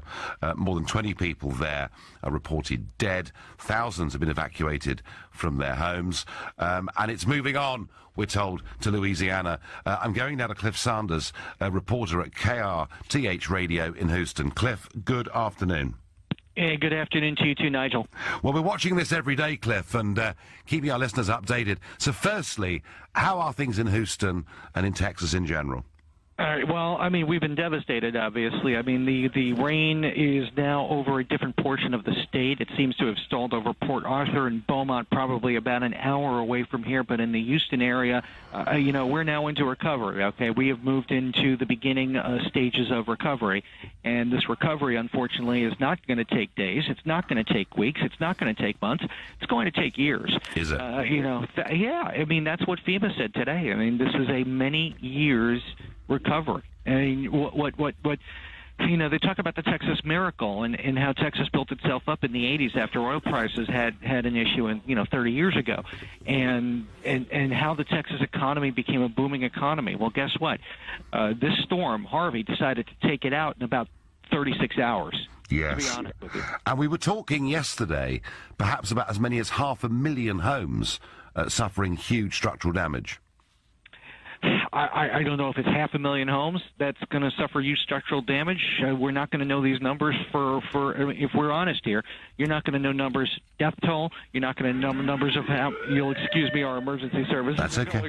It's all right. Certainly authentic, Cliff. You can tell I'm in a newsroom. Yeah. It's certainly going to take months for us to figure out just how many people died, how many people were helped in shelter, how many people have applied for assistance from FEMA. This is something, you know, if anyone is looking for hard and fast numbers now, you are just not going to get it. And the storm, we understand, is moving on to Louisiana, and perhaps, I heard it today, it could even threaten New Orleans again, who, of course, had suffered that devastation 13 years ago with Hurricane Katrina. Yeah, and you know, that is just a shame if it does get to New Orleans, because that city has done such a great job in rebuilding after Katrina hit it in 2005. This is a very, very stubborn storm. And Nigel, I got to be honest, I talked to people at the National Hurricane Center on Monday as we were, you know, in the thick of it, and one person who has been a forecaster for 30 years, a hurricane specialist for 30 years, said to me, in 30 years of looking at hurricanes, I've never seen a storm like this. To just hit and stop. Yeah. I mean, think about it, because usually when a hurricane hits, once they hit land, they tend to move up, and they tend to get out. But this thing just stayed. It just stopped and just kept on raining and raining and raining. And is there now a big debate, Cliff, there, about whether climate change is part of this or not? You know, I don't want to look. I don't doubt the science by any stretch of the imagination. I'm trying to stay out of the political debate, to be honest with you, because we're still dealing with a situation here, Nigel. I mean, this is going to be something that we're dealing with for months and dealing with for years. So I'll leave the climate change debate as to whether or not it had anything to do with this storm to people who are far smarter than me. You know, I've got a responsibility to the city that I live in, to the people that I talk to on a daily basis, to inform them and keep them as safe as I possibly can. Cliff, we thank you very much indeed, and please keep us updated as the week goes on. Thank you. That was Cliff Saunders, reporter there at KRTH Radio in Houston, Texas. Well, we've been talking about China. Theresa May saying that China offers us the best hope of neutralising somehow this threat from North Korea. I'm asking whether she's right, whether it's possible. I want your calls on 0345 6060 973. I'm Nigel Farage. There's a press conference going on. The Governor of Texas in Austin is giving a briefing on the current situation regards Hurricane Harvey. We're going to go straight there now. Aransas County, Port Aransas, Rockport area, and the desperate needs they have to get power restored, as well as to begin the rebuilding process. And then the president was here at this operations center and got to see what we do. His commitment was firm, strong, and unequivocal, that he was going to do everything he could to ensure that Texas will be restored as swiftly and as effectively as possible. As we all know, there's been rapidly changing conditions in the state of Texas, while at the same time we are beginning the rebuilding process around the coastal Bend region.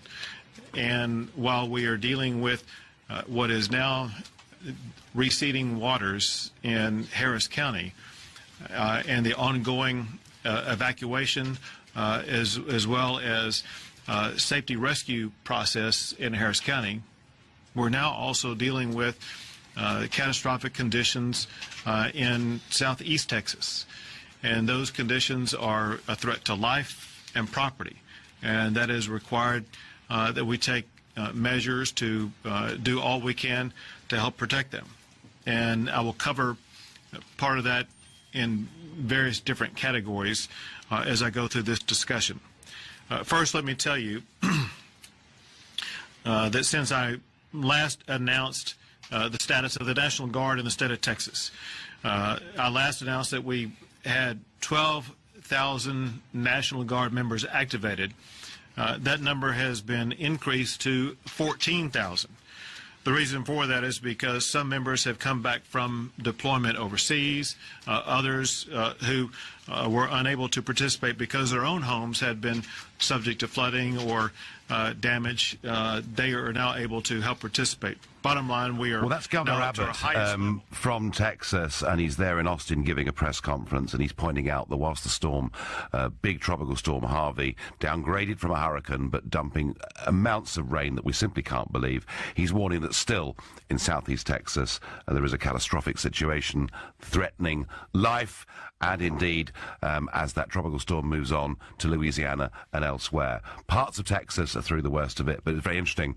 Before the break we were talking to a local journalist in Houston who reckoned it would take months, but perhaps even years, to clear up the mess that has been left by this storm.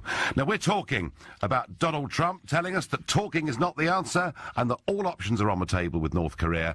We're talking about Theresa May saying China offers us our best solution. And I want to know from you, what would you do to try to de-escalate tensions between the West and North Korea? But before we do that, the leader of the Scottish Labour Party has stood down. Kezia Dugdale, in what I think was a shock resignation, means the party begins its hunt for their fourth leader in 3 years. Reminds me a bit of my old party. LBC senior reporter Vincent McAvenny is with us here. Now, Vincent, it was a shock, wasn't it?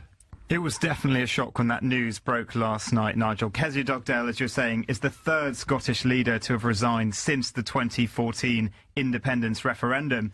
Now, she says she's resigning with immediate effect, insisting her decision is best for her and the party, which she believes is in better shape than when she found it. Kezia has managed to turn around the fortunes of the Scottish Labour Party, winning 7 MP seats in this year's election, having been almost wiped out by the SNP in 2015. Speaking to Sky News a few years ago, this is how she explained her decision. I took the summer to reflect on the general election result. I've taken the view that the Scottish Labour Party has made a lot of progress under my leadership, but for it to take even greater progress, there needs to be somebody new at the helm. Past you've said you were there for the long haul. That's no longer the case. You've quit just a few days before MSPs come back. They've been shocked. It's been a bit of a surprise for them. I wanted to give our new MPs a period of time to settle, and it wouldn't have been fair to quit in the immediate aftermath of the general election. Did you want to? I thought about it, and I decided to take the summer to reflect upon that, and I've come to the conclusion that the best thing for the party and the best thing for me is to pass that baton on, and I'm doing it at a moment when the party is in good heart, in good form. We've had a success in the general election that nobody anticipated, and now it's time for somebody to build on that success. Well, that was Kezia Dugdale. Yes, I mean, she's done well. It's been a good year after some catastrophic years. I mean, you know, I can see why the previous leaders of Scottish Labour resigned, because they were being literally bombed out, disappearing in elections, and she's had a bit of a bounce and she's going. Who next? Well, that remains to be seen. She's had a difficult time of it. She's been an outspoken critic of Jeremy Corbyn, in the past branding him not competent to do his job. And in last summer's Labour leadership election, she supported rival candidate Owen Smith. So that is the other factor involved in this. And Kezia herself has just finished a week of campaigning for Labour in Scotland with Jeremy. She's denying, though, those accusations that she's been forced out in favour of someone that he would prefer. And her supporters also say, having battled with the SNP and Ruth Davidson's resurgent Scottish Conservatives, she's tough enough to withstand their attacks. But this is a more personal matter. The SNP leader and First Minister of Scotland, Nicola Sturgeon, has paid tribute to her departing rival. Well, Kezia took over leadership of the Labour Party at a really, really tough time, and although her and I are opponents, I always really admired the guts and the tenacity and the determination that she brought to that task. She has made the decision that now's the right time, in her words, to pass the baton on to somebody else. So, you know, I wish her every success for the future. My job, though, is to focus on leading the SNP. Thankfully, sorting out the Scottish Labour Party is not my responsibility. My job is to continue to convince people in Scotland that the SNP and the Scottish Government is delivering for them. Kezia Dugdale has been experiencing personal difficulties in her own life after splitting with her long-term partner and the loss of her close friend, motor neurone disease campaigner Gordon Eichmann. It seems this may well be a genuine case, Nigel, of a politician quitting politics for personal reasons, and unlike you, I don't think she'll be back at the helm. Thank you very much, Vincent. Well, all change once again in the Scottish Labour Party. The surprise resignation of Kezia Dugdale, who had done well as leader of the Scottish Labour Party. But one thing for certain, if you are going to resign as a party leader, do it at a good moment and not at a bad one. Vincent, thank you very much. Well, back to this question of North Korea. What is to be done? Trump making some big, strong threats. Theresa May really putting all her eggs, if you like, in the China basket, and me wondering what really is in China's interest, ultimately. Colin from Ashford, who I believe has got some experience of the region. Colin, good afternoon. Good afternoon, Nigel. Hello. Yes, I just wanted to say I was in the country about 4 years ago, and I think it's very similar to what's happening now, to what was happening 4 years ago. So at the time when I was there was a lot of build-up for war, a lot of war talk, a lot of preparation for war. The people I spoke to were very interested in what the outside world was saying about them. I had BBC World Service in my hotel room, and certainly every day people were asking me, those people I came into contact with, what the outside world was saying about them, and what the BBC was saying about them, and things like that. So I think they've been in a state of preparation for war for a long, long time. Yes, well, that may well be true. But it doesn't make it any more desirable, Colin, does it? No, absolutely not. But I think it's almost a constant theme. I think every year there is this hyping up of tensions between the two countries. And I think from their point of view, from their leadership point of view, it's very much to their advantage to play to their domestic audience, to keep them in fear, I think, as well, to keep them on this war footing. I think it plays very well. Obviously, on their state television, this is the kind of things that they will be broadcasting every night, every day, for hours and hours on end. You know, this is the kind of thing that yeah. Yeah. No easy solutions, Colin. Do you think we're headed towards conflict? I doubt it. I think because it's happened before, and I think it's one of these drumbeats that get louder and louder, and then eventually sort of fall away. Okay. I don't think it will happen, and I don't think China will ever want America anywhere near its border. No, well, that, of course, is very true, and that's why it's such a complex issue. Colin, thank you. Ted in Southend says, hello, Nigel. Just send over Daniel Craig into North Korea. It'll all be over by Christmas. Thank you, Ted. Well, a light-hearted end to what is a very serious conversation. Coming up after the news, the practice of weeding out underperforming sixth form students in the middle of their A-level courses is something that is today in Orpington at St Olave's Grammar School causing one hell of a row. We're told that other high-achieving grammar schools are doing this. I guess it's all about league tables. It's all about the school looking good. But what about the interests of the individual children? And does this raise bigger questions about the benefits or otherwise of grammar schools? Call me on 0345 60 60 973. Yes, if you're just joining us, it's Nigel Farage standing in all week for Ian Dale on Drive from 4 till 7. Now, there's been a bit of a row going on about a school down in Orpington called St Olave's. It is a grammar school. It is a super selective school. And there are very few of these in any of the London boroughs. However, what they've been doing is, at the end of year 12, as students are about to move into what is now year 13, their final year, their A-level year, some of them have been weeded out because it's felt they're not going to achieve the kind of grades at A-level that the school thinks sufficient. Why would the school say this? Well, it could be that they're acting in the interests of the children, or it could be they're acting in the interests of the reputation of the school and where they stand in the league rankings. And it should be said that St Olave's is a very high-performing school. Well, a couple of the families have actually gone to law on this and have issued judicial review proceedings. So there is a real fight and a real battle going on. And indeed, the Labour Party have got themselves involved in this. And Angela Rayner, their education spokesman, has said that this is not just happening at St Olave's School, it's happening at other grammar schools around the country. So are we putting on too much pressure on children to achieve results? Is this a case where the school cares more about its ranking than it does about the well-being of children? And perhaps there is an even bigger debate around grammar schools. Now, I have to declare a strong interest in this. I think the abolition of hundreds of grammar schools all over the country, which happened in the 1960s, 70s, into the 80s, I think it was an absolute wanton act of vandalism.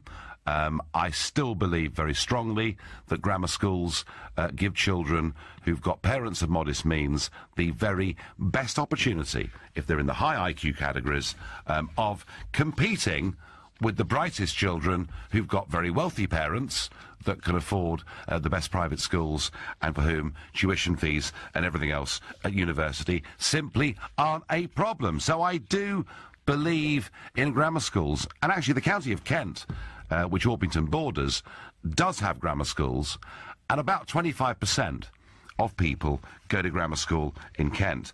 In the case of St Olave's, in the borough of Bromley, it's fewer than 2% of pupils that go to a school like St Olave's. So they are what would be called super selective schools.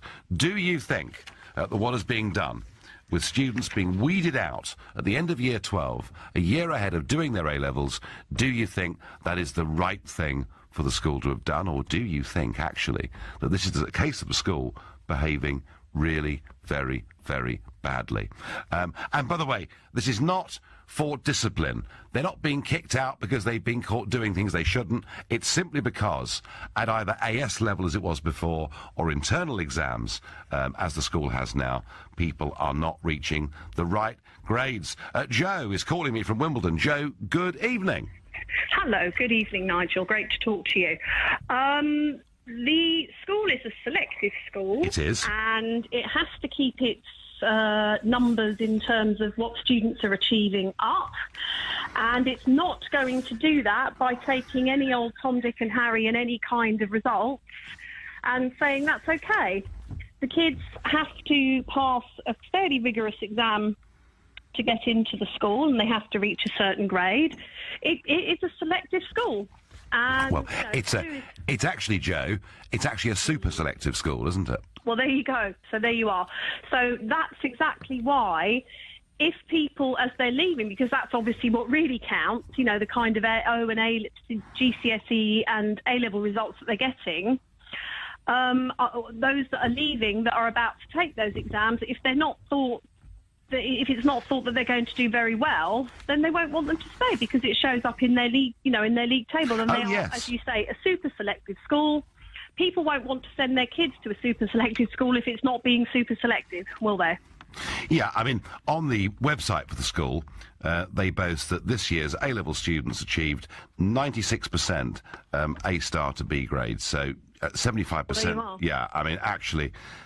Yeah, and 75% of all their A-level grades were A-star or A. So this is a very, very high-performing school. But hey, you know, you're 17 years old, you've got just a year left of school, well, in fact, less than that, because the exams come early, don't they?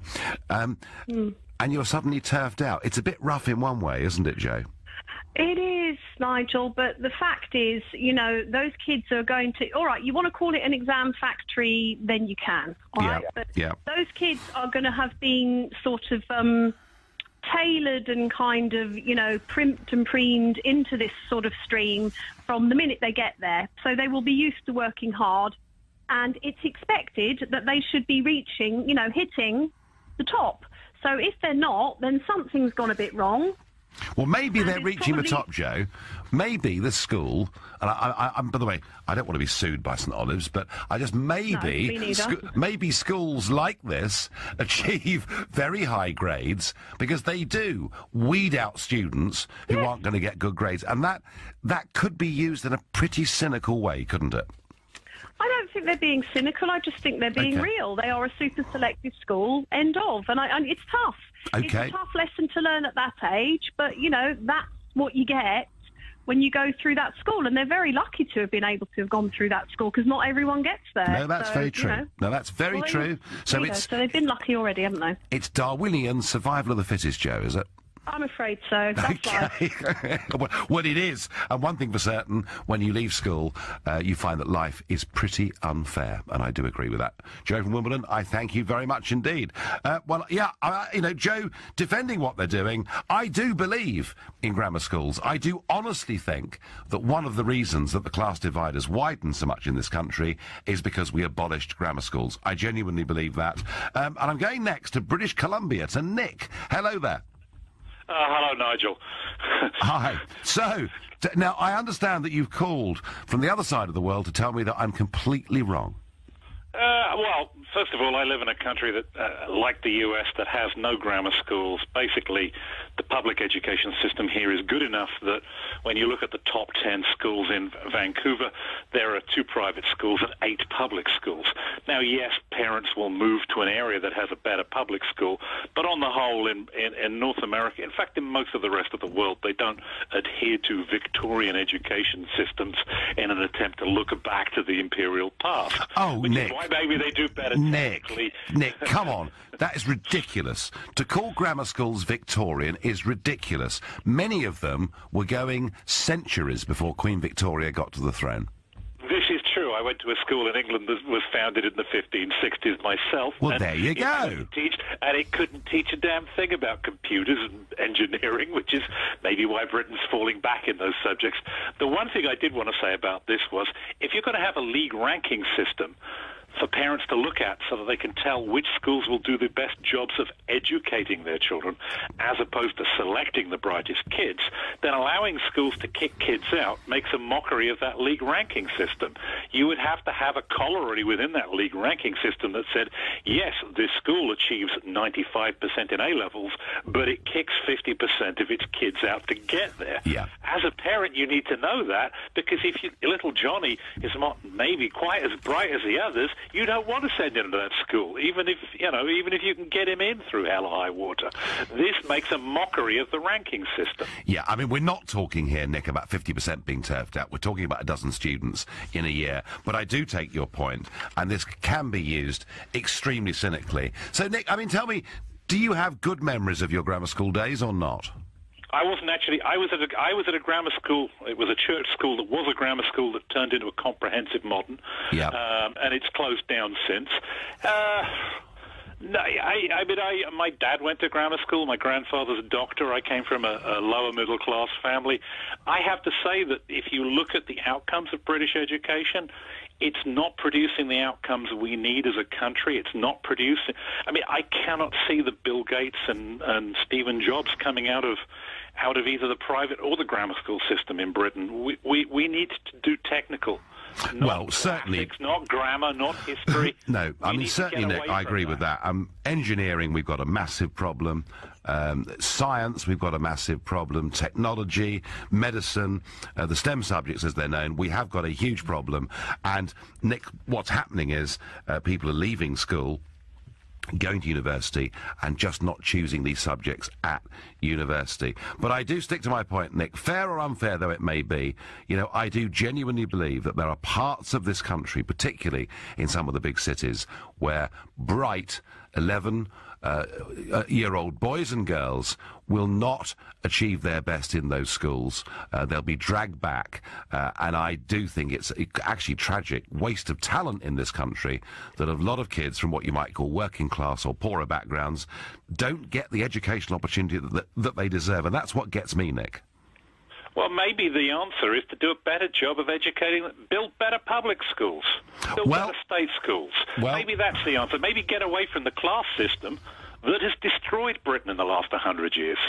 But grammar schools... We have Eton, the best, the school that produces the most prime ministers in Britain, scores 168th on STEM subjects. Yeah. It's little better than the comprehensive modern down the road, and yet that's where we pick our prime ministers from.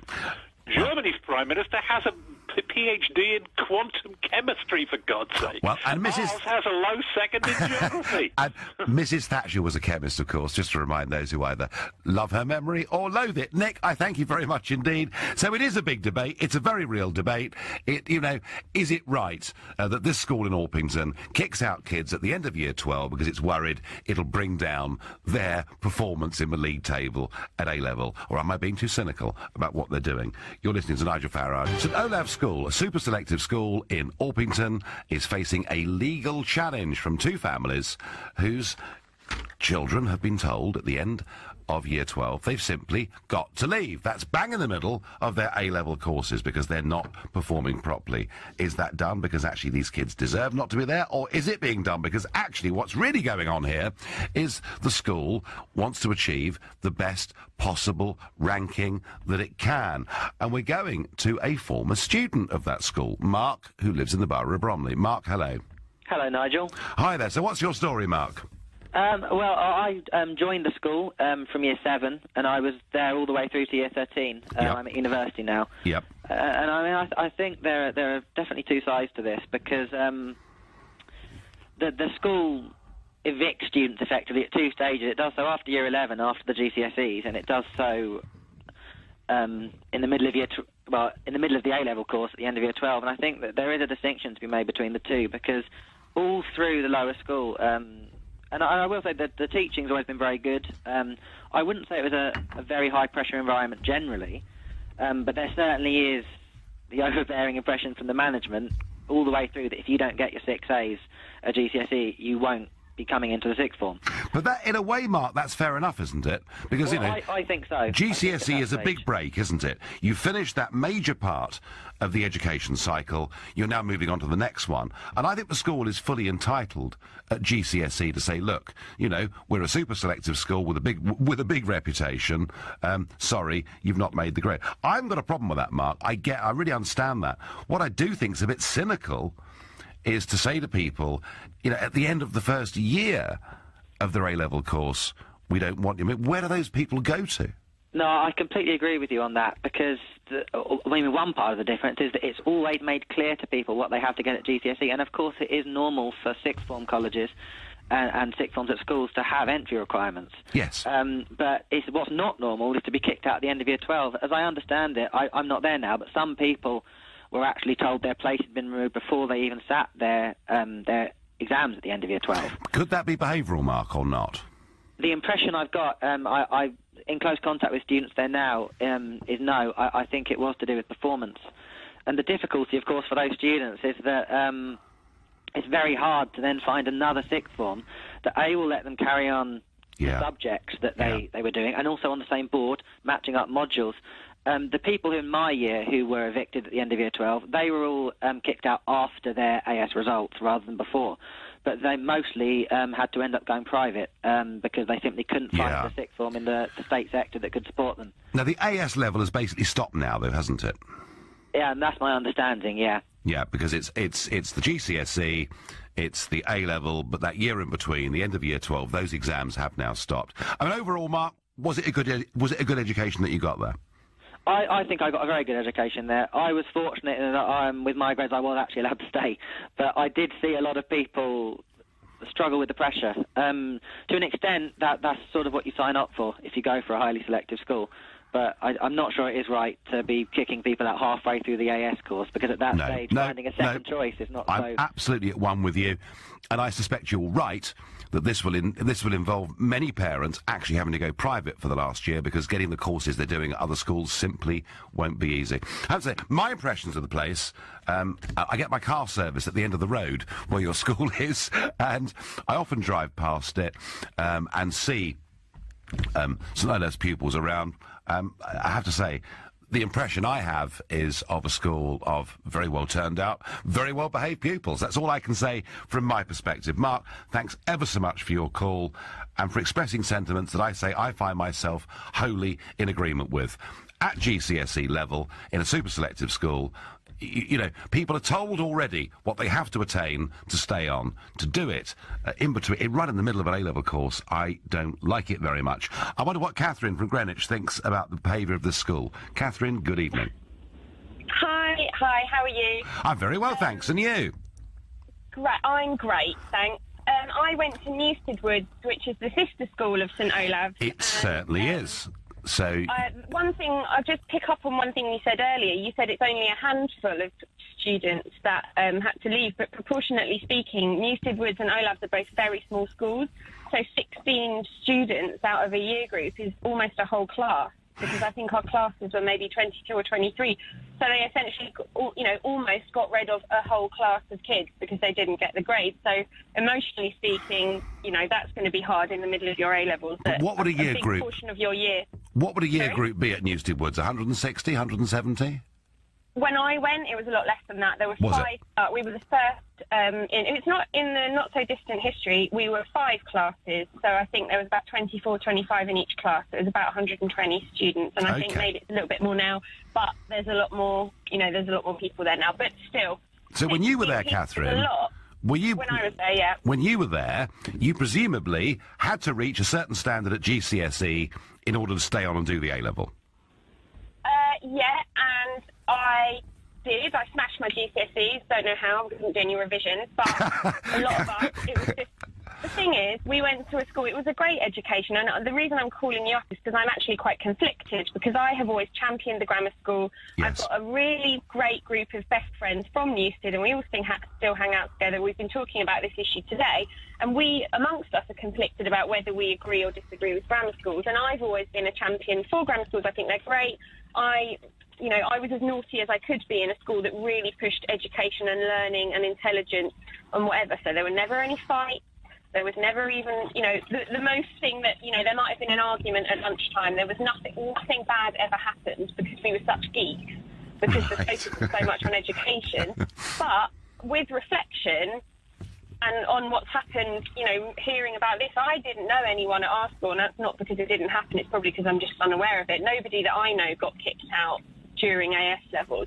But there was such focus later on in the school on results, and that reflect, you know, my parents were like that as well, and I'm sure a lot of other kids' parents were. It was so important, the grades that you got, and was the that, learning Catherine, and the experience and stuff. Was the emphasis of that performance and those grades, was it in your interests, or was it in the interests of Newstead Woods, or perhaps a bit of both?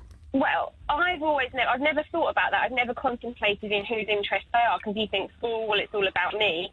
But actually, lower in the school, I think it was about learning about kids. We're young students. I could tell that lots of my teachers really enjoyed their jobs. Some of them you could tell didn't. But I had some great teachers, and I actually remember their teaching styles as being really enriching. But later on in the school, I think that they only care, with hindsight, I think it was very much about the grades and the numbers, because we very much were pushed to do the Oxbridge interview. Yep. So there was coaching, and there was talks about Oxbridge. There was a trip to Oxbridge, and I know for a fact that it was the same at Olave's. And I was not interested, so I went to art school, and I've now had a very successful career, but I wouldn't say that my A-levels played any part in that. Because I wasn't doing the academic subjects, I did English and psychology, and I did art and design.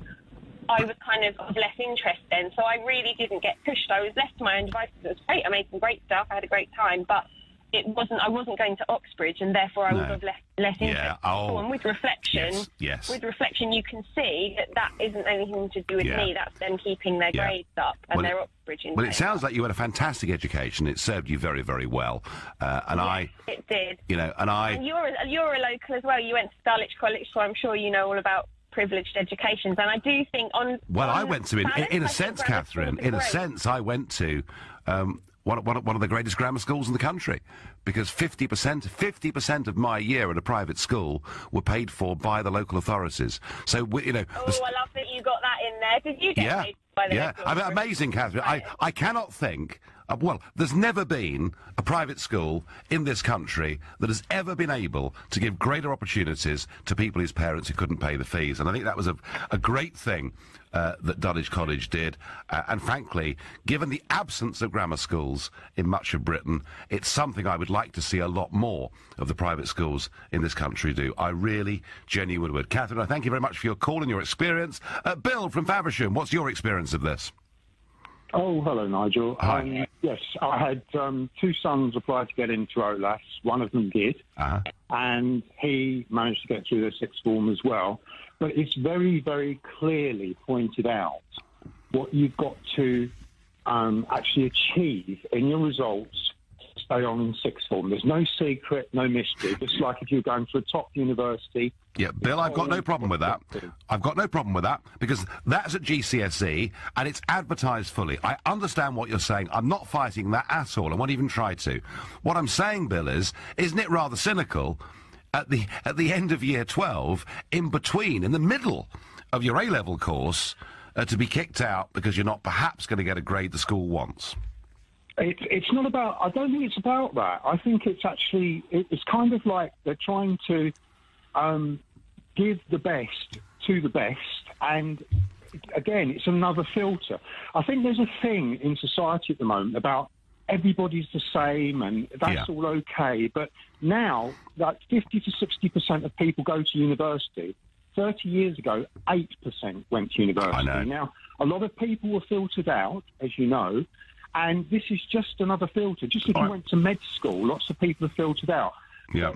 What intrigues me about all of this is a lot of the people that complain about these schools, they all send their kids there. Lots of Labour MPs, lots of them, and they're saying we're going to destroy grammar schools. And what is most infuriating about all of this is I hear lots of public school people who had very, very expensive education. In fact, some that work for your station saying grammar schools shouldn't exist. I know. I had the benefit because my parents were rich, but to hell with all the rest of you. Bill, I think I know which presenters you're talking about. Thank you very much indeed for your call. It's 6:30. Is Super Selective St Olaf School in Orpington right to turf people out in the middle of their A-level courses? Is that unfair, or is it part of the normal weeding out process that goes on through much of our lives? But before we get back to that, and some pretty passionate calls on this subject, let's get a look at today's business news. Let's get an update from Chris Justin from 7 Investment Management. Chris, good evening. Good evening, Nigel. So, Aston Martin in the news, I understand. They are. So, $500 million 5-year deal between UK and Japan was announced by their CEO, Andy Palmer, today.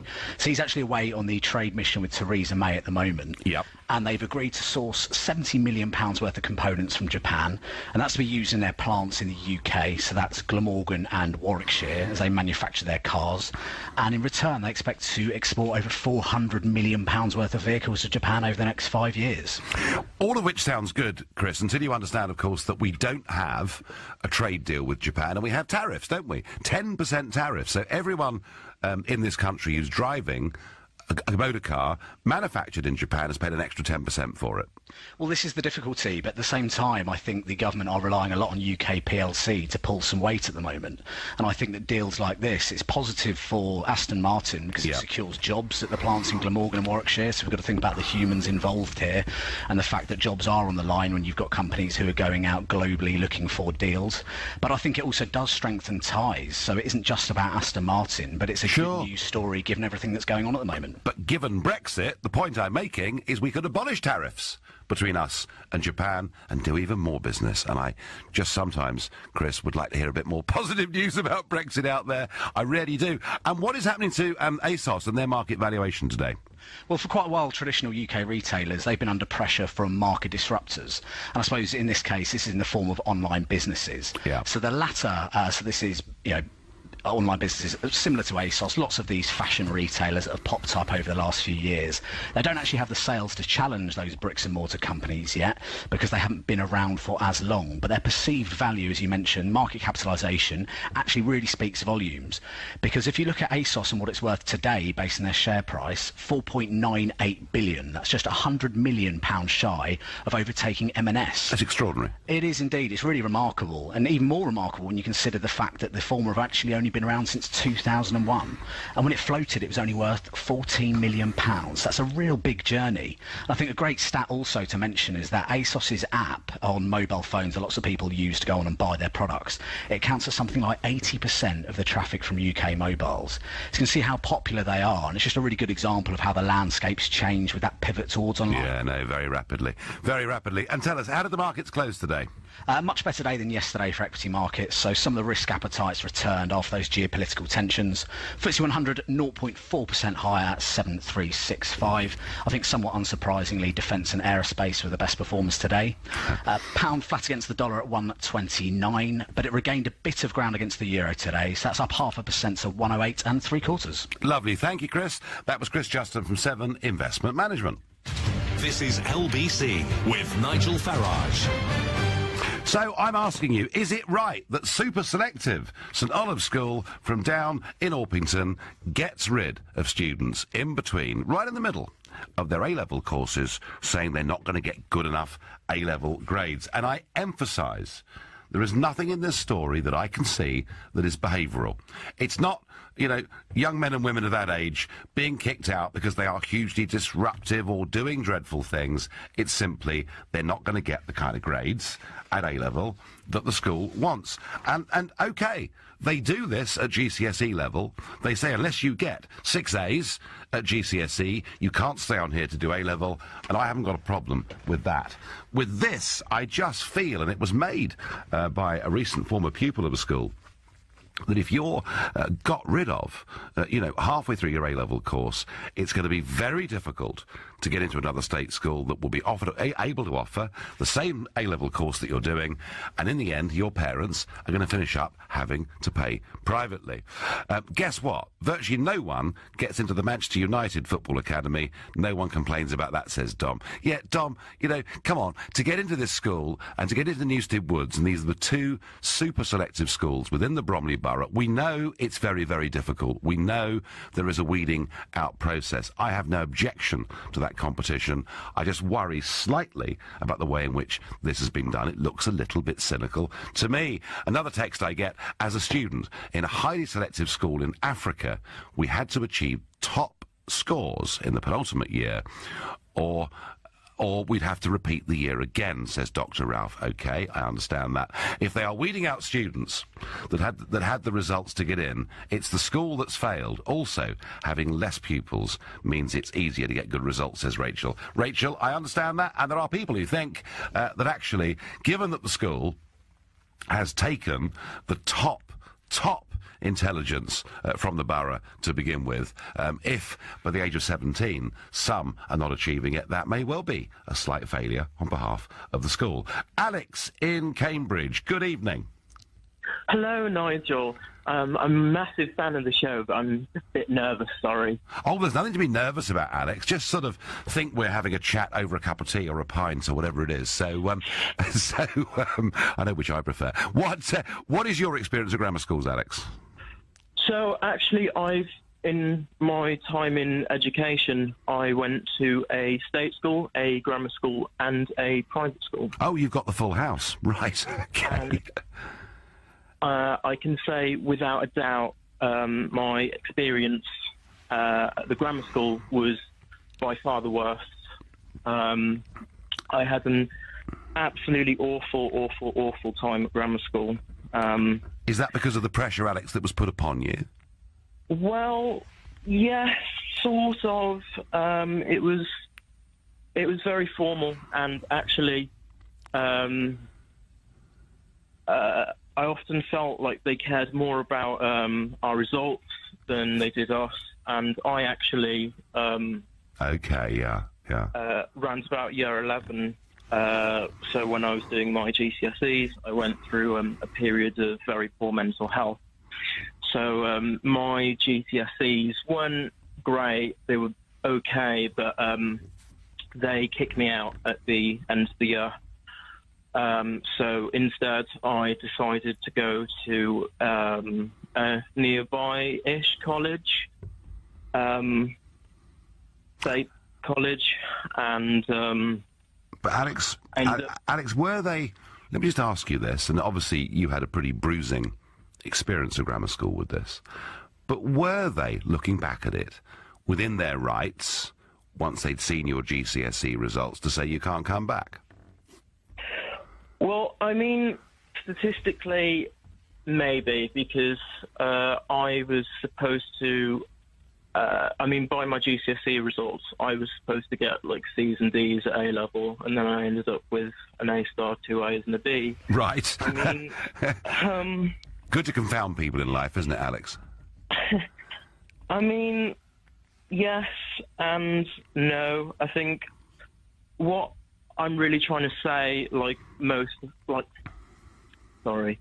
think what I wanted to say really is I'm more against grammar schools, because actually during my experience at grammar schools, I mean, I hear you saying that, you know, they are like a pathway for children from lower socioeconomic backgrounds to really get to achieve something. But, I mean, I have to disagree. I mean, from my experience at grammar schools, I will tell you that there were so few people from working class or, like, lower socioeconomic backgrounds.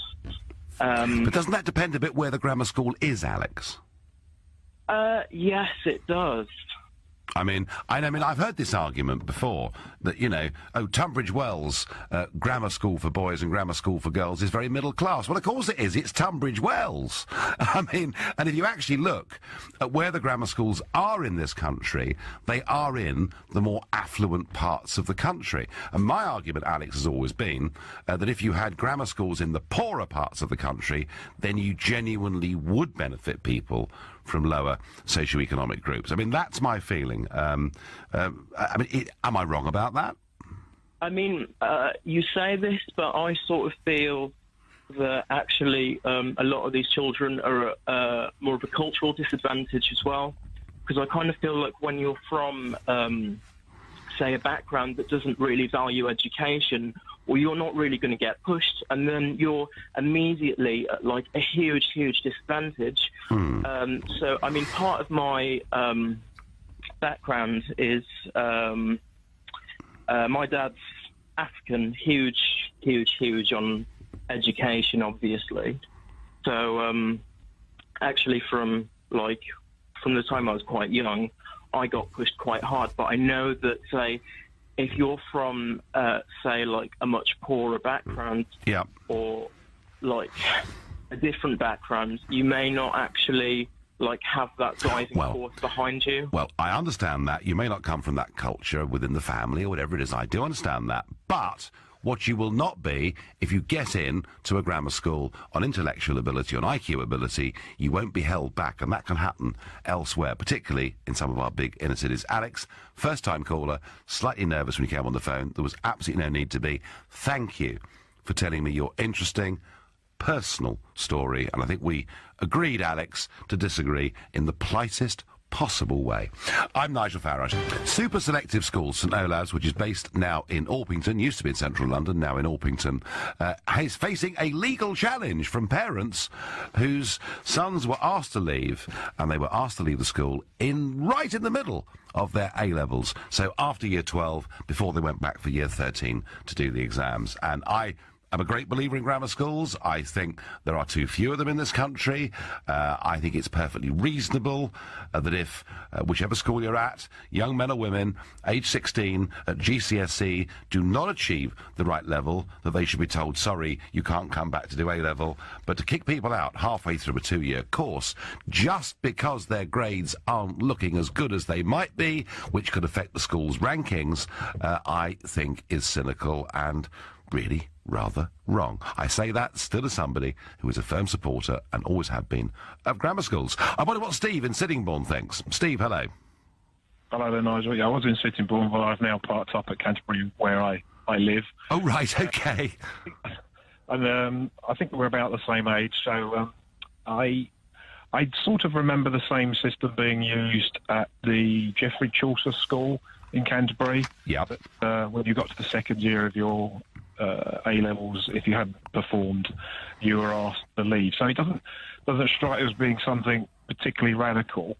However, I'm going to bring you to task on your love of the traditional grammar school. I was, dare I say, it might sound a bit emotive, but I think I was a victim of the grammar school process because I failed my 11 plus. And whilst it was some years ago, and hopefully schools have improved sometime, it was quite apparent that the school that we went to saw its place, and I think it was endorsed by the headmaster, saw its place to sort of facilitate the farm labourers and the carpenters of the generation rather than instilling any aspiration in people to succeed. So when we were in primary school, a class of about 30, 2 boys passed. One was the son of a university professor, so that probably tells you something.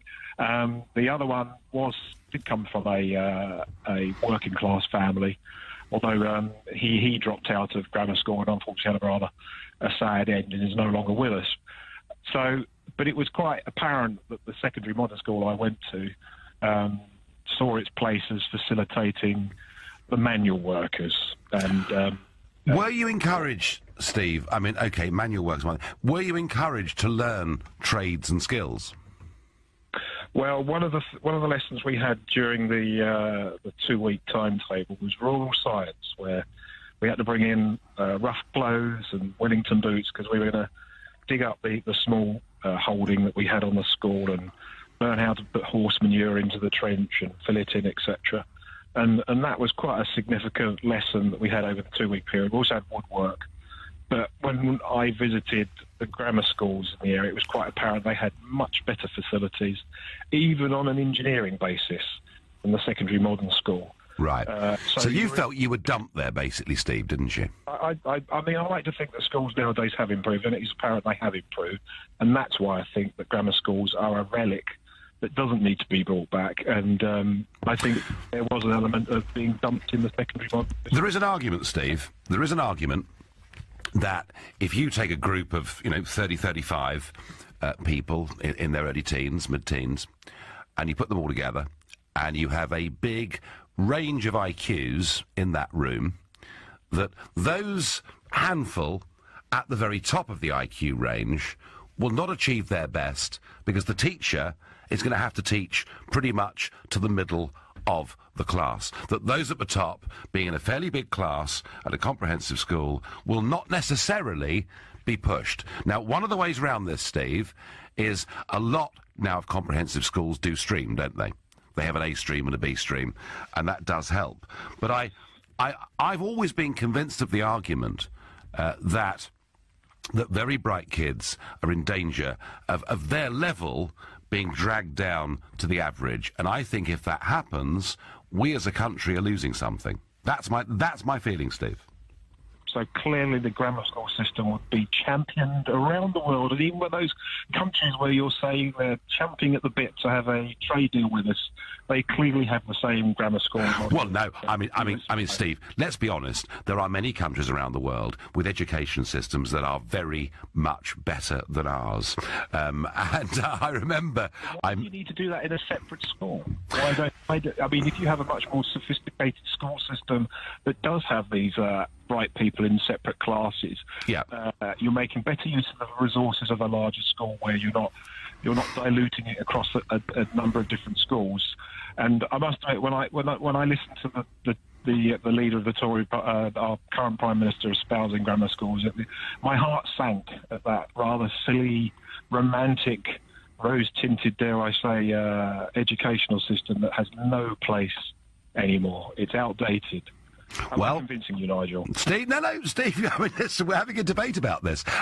I think that, you're calling from Kent. Kent is still a county where 25% of 11-year-olds, boys and girls, go to grammar schools. And from what I can see, Steve, that system has overwhelming parental support in Kent. I'm not saying it's perfect. The one thing I'm certain of is if you put everybody into comprehensive schools without streaming, you drag the best down, and yet some of the left-wing educationalists even were opposed to streaming. What I can see now is that many comprehensives are now streaming, which is why I think you're right, schools are getting better. I think we can go further. Steve, a very polite disagreement, I thank you. And my last caller this evening on this subject is going to be Sean, who's calling from Chesterfield. Sean, good evening. Hi, Nigel. How's it going? It's going all right. What was your experience, Sean? Well, I'm a bit torn with this one. I've got experience being in a similar position to these kids, but then I've also taught since as a teacher, so I do have sort of an insight into both sides. Now, in my case, I was somewhat... I left of my own accord, but I was somewhat pushed.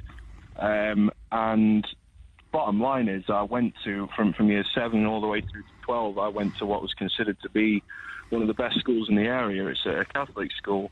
And much like one of your earlier callers, since day 1 in year 7, you are almost, bred, you're reared with this idea that, you need to achieve if you want to get to sixth form. So, got my grades, went to sixth form, and did very, very well in my GCSEs. And AS, it all collapsed. It all went very, very wrong. Yeah. And, it was a very oppressive school in terms of, how they treated the kids. At the time you're sort of 17, 18, you want to, you're an adult. And, you're making your own, well, you're near enough an adult, a young adult at the very least, making your own decisions. And when I left and went to one of the local comprehensive schools, I ended up getting straight A's, and I absolutely flourished in this environment. So what I'm wondering is why these parents are going legal and taking this approach when clearly they've not got the grades that they needed to stay in the school. Something's not right. Something's gone wrong. Why are they not seeking to pursue a more, a solution that's going to solve the problem? Not exactly. Well, these young people had the year before at GCSE achieved the right grade. They clearly had underperformed in the first year of their A-level courses, and I understand that, Sean. And if it was behavioural, I might understand it. But I think it's rather cynical, the school doing what they're doing. Sean, I am a supporter of the system. Listen. There's no one rule that suits everybody. I just think, Sean, the school's being a bit harsh, that's all. I can see the point. I really can, and I can see where they're coming from. They've got standards to keep up. And it is a very distressing time. I remember my memories of the situation were very, very traumatic. Yeah, no. School can be horrendous. Sean, I'm going to have to let you go. I'm done for the day. I've very much enjoyed having you company.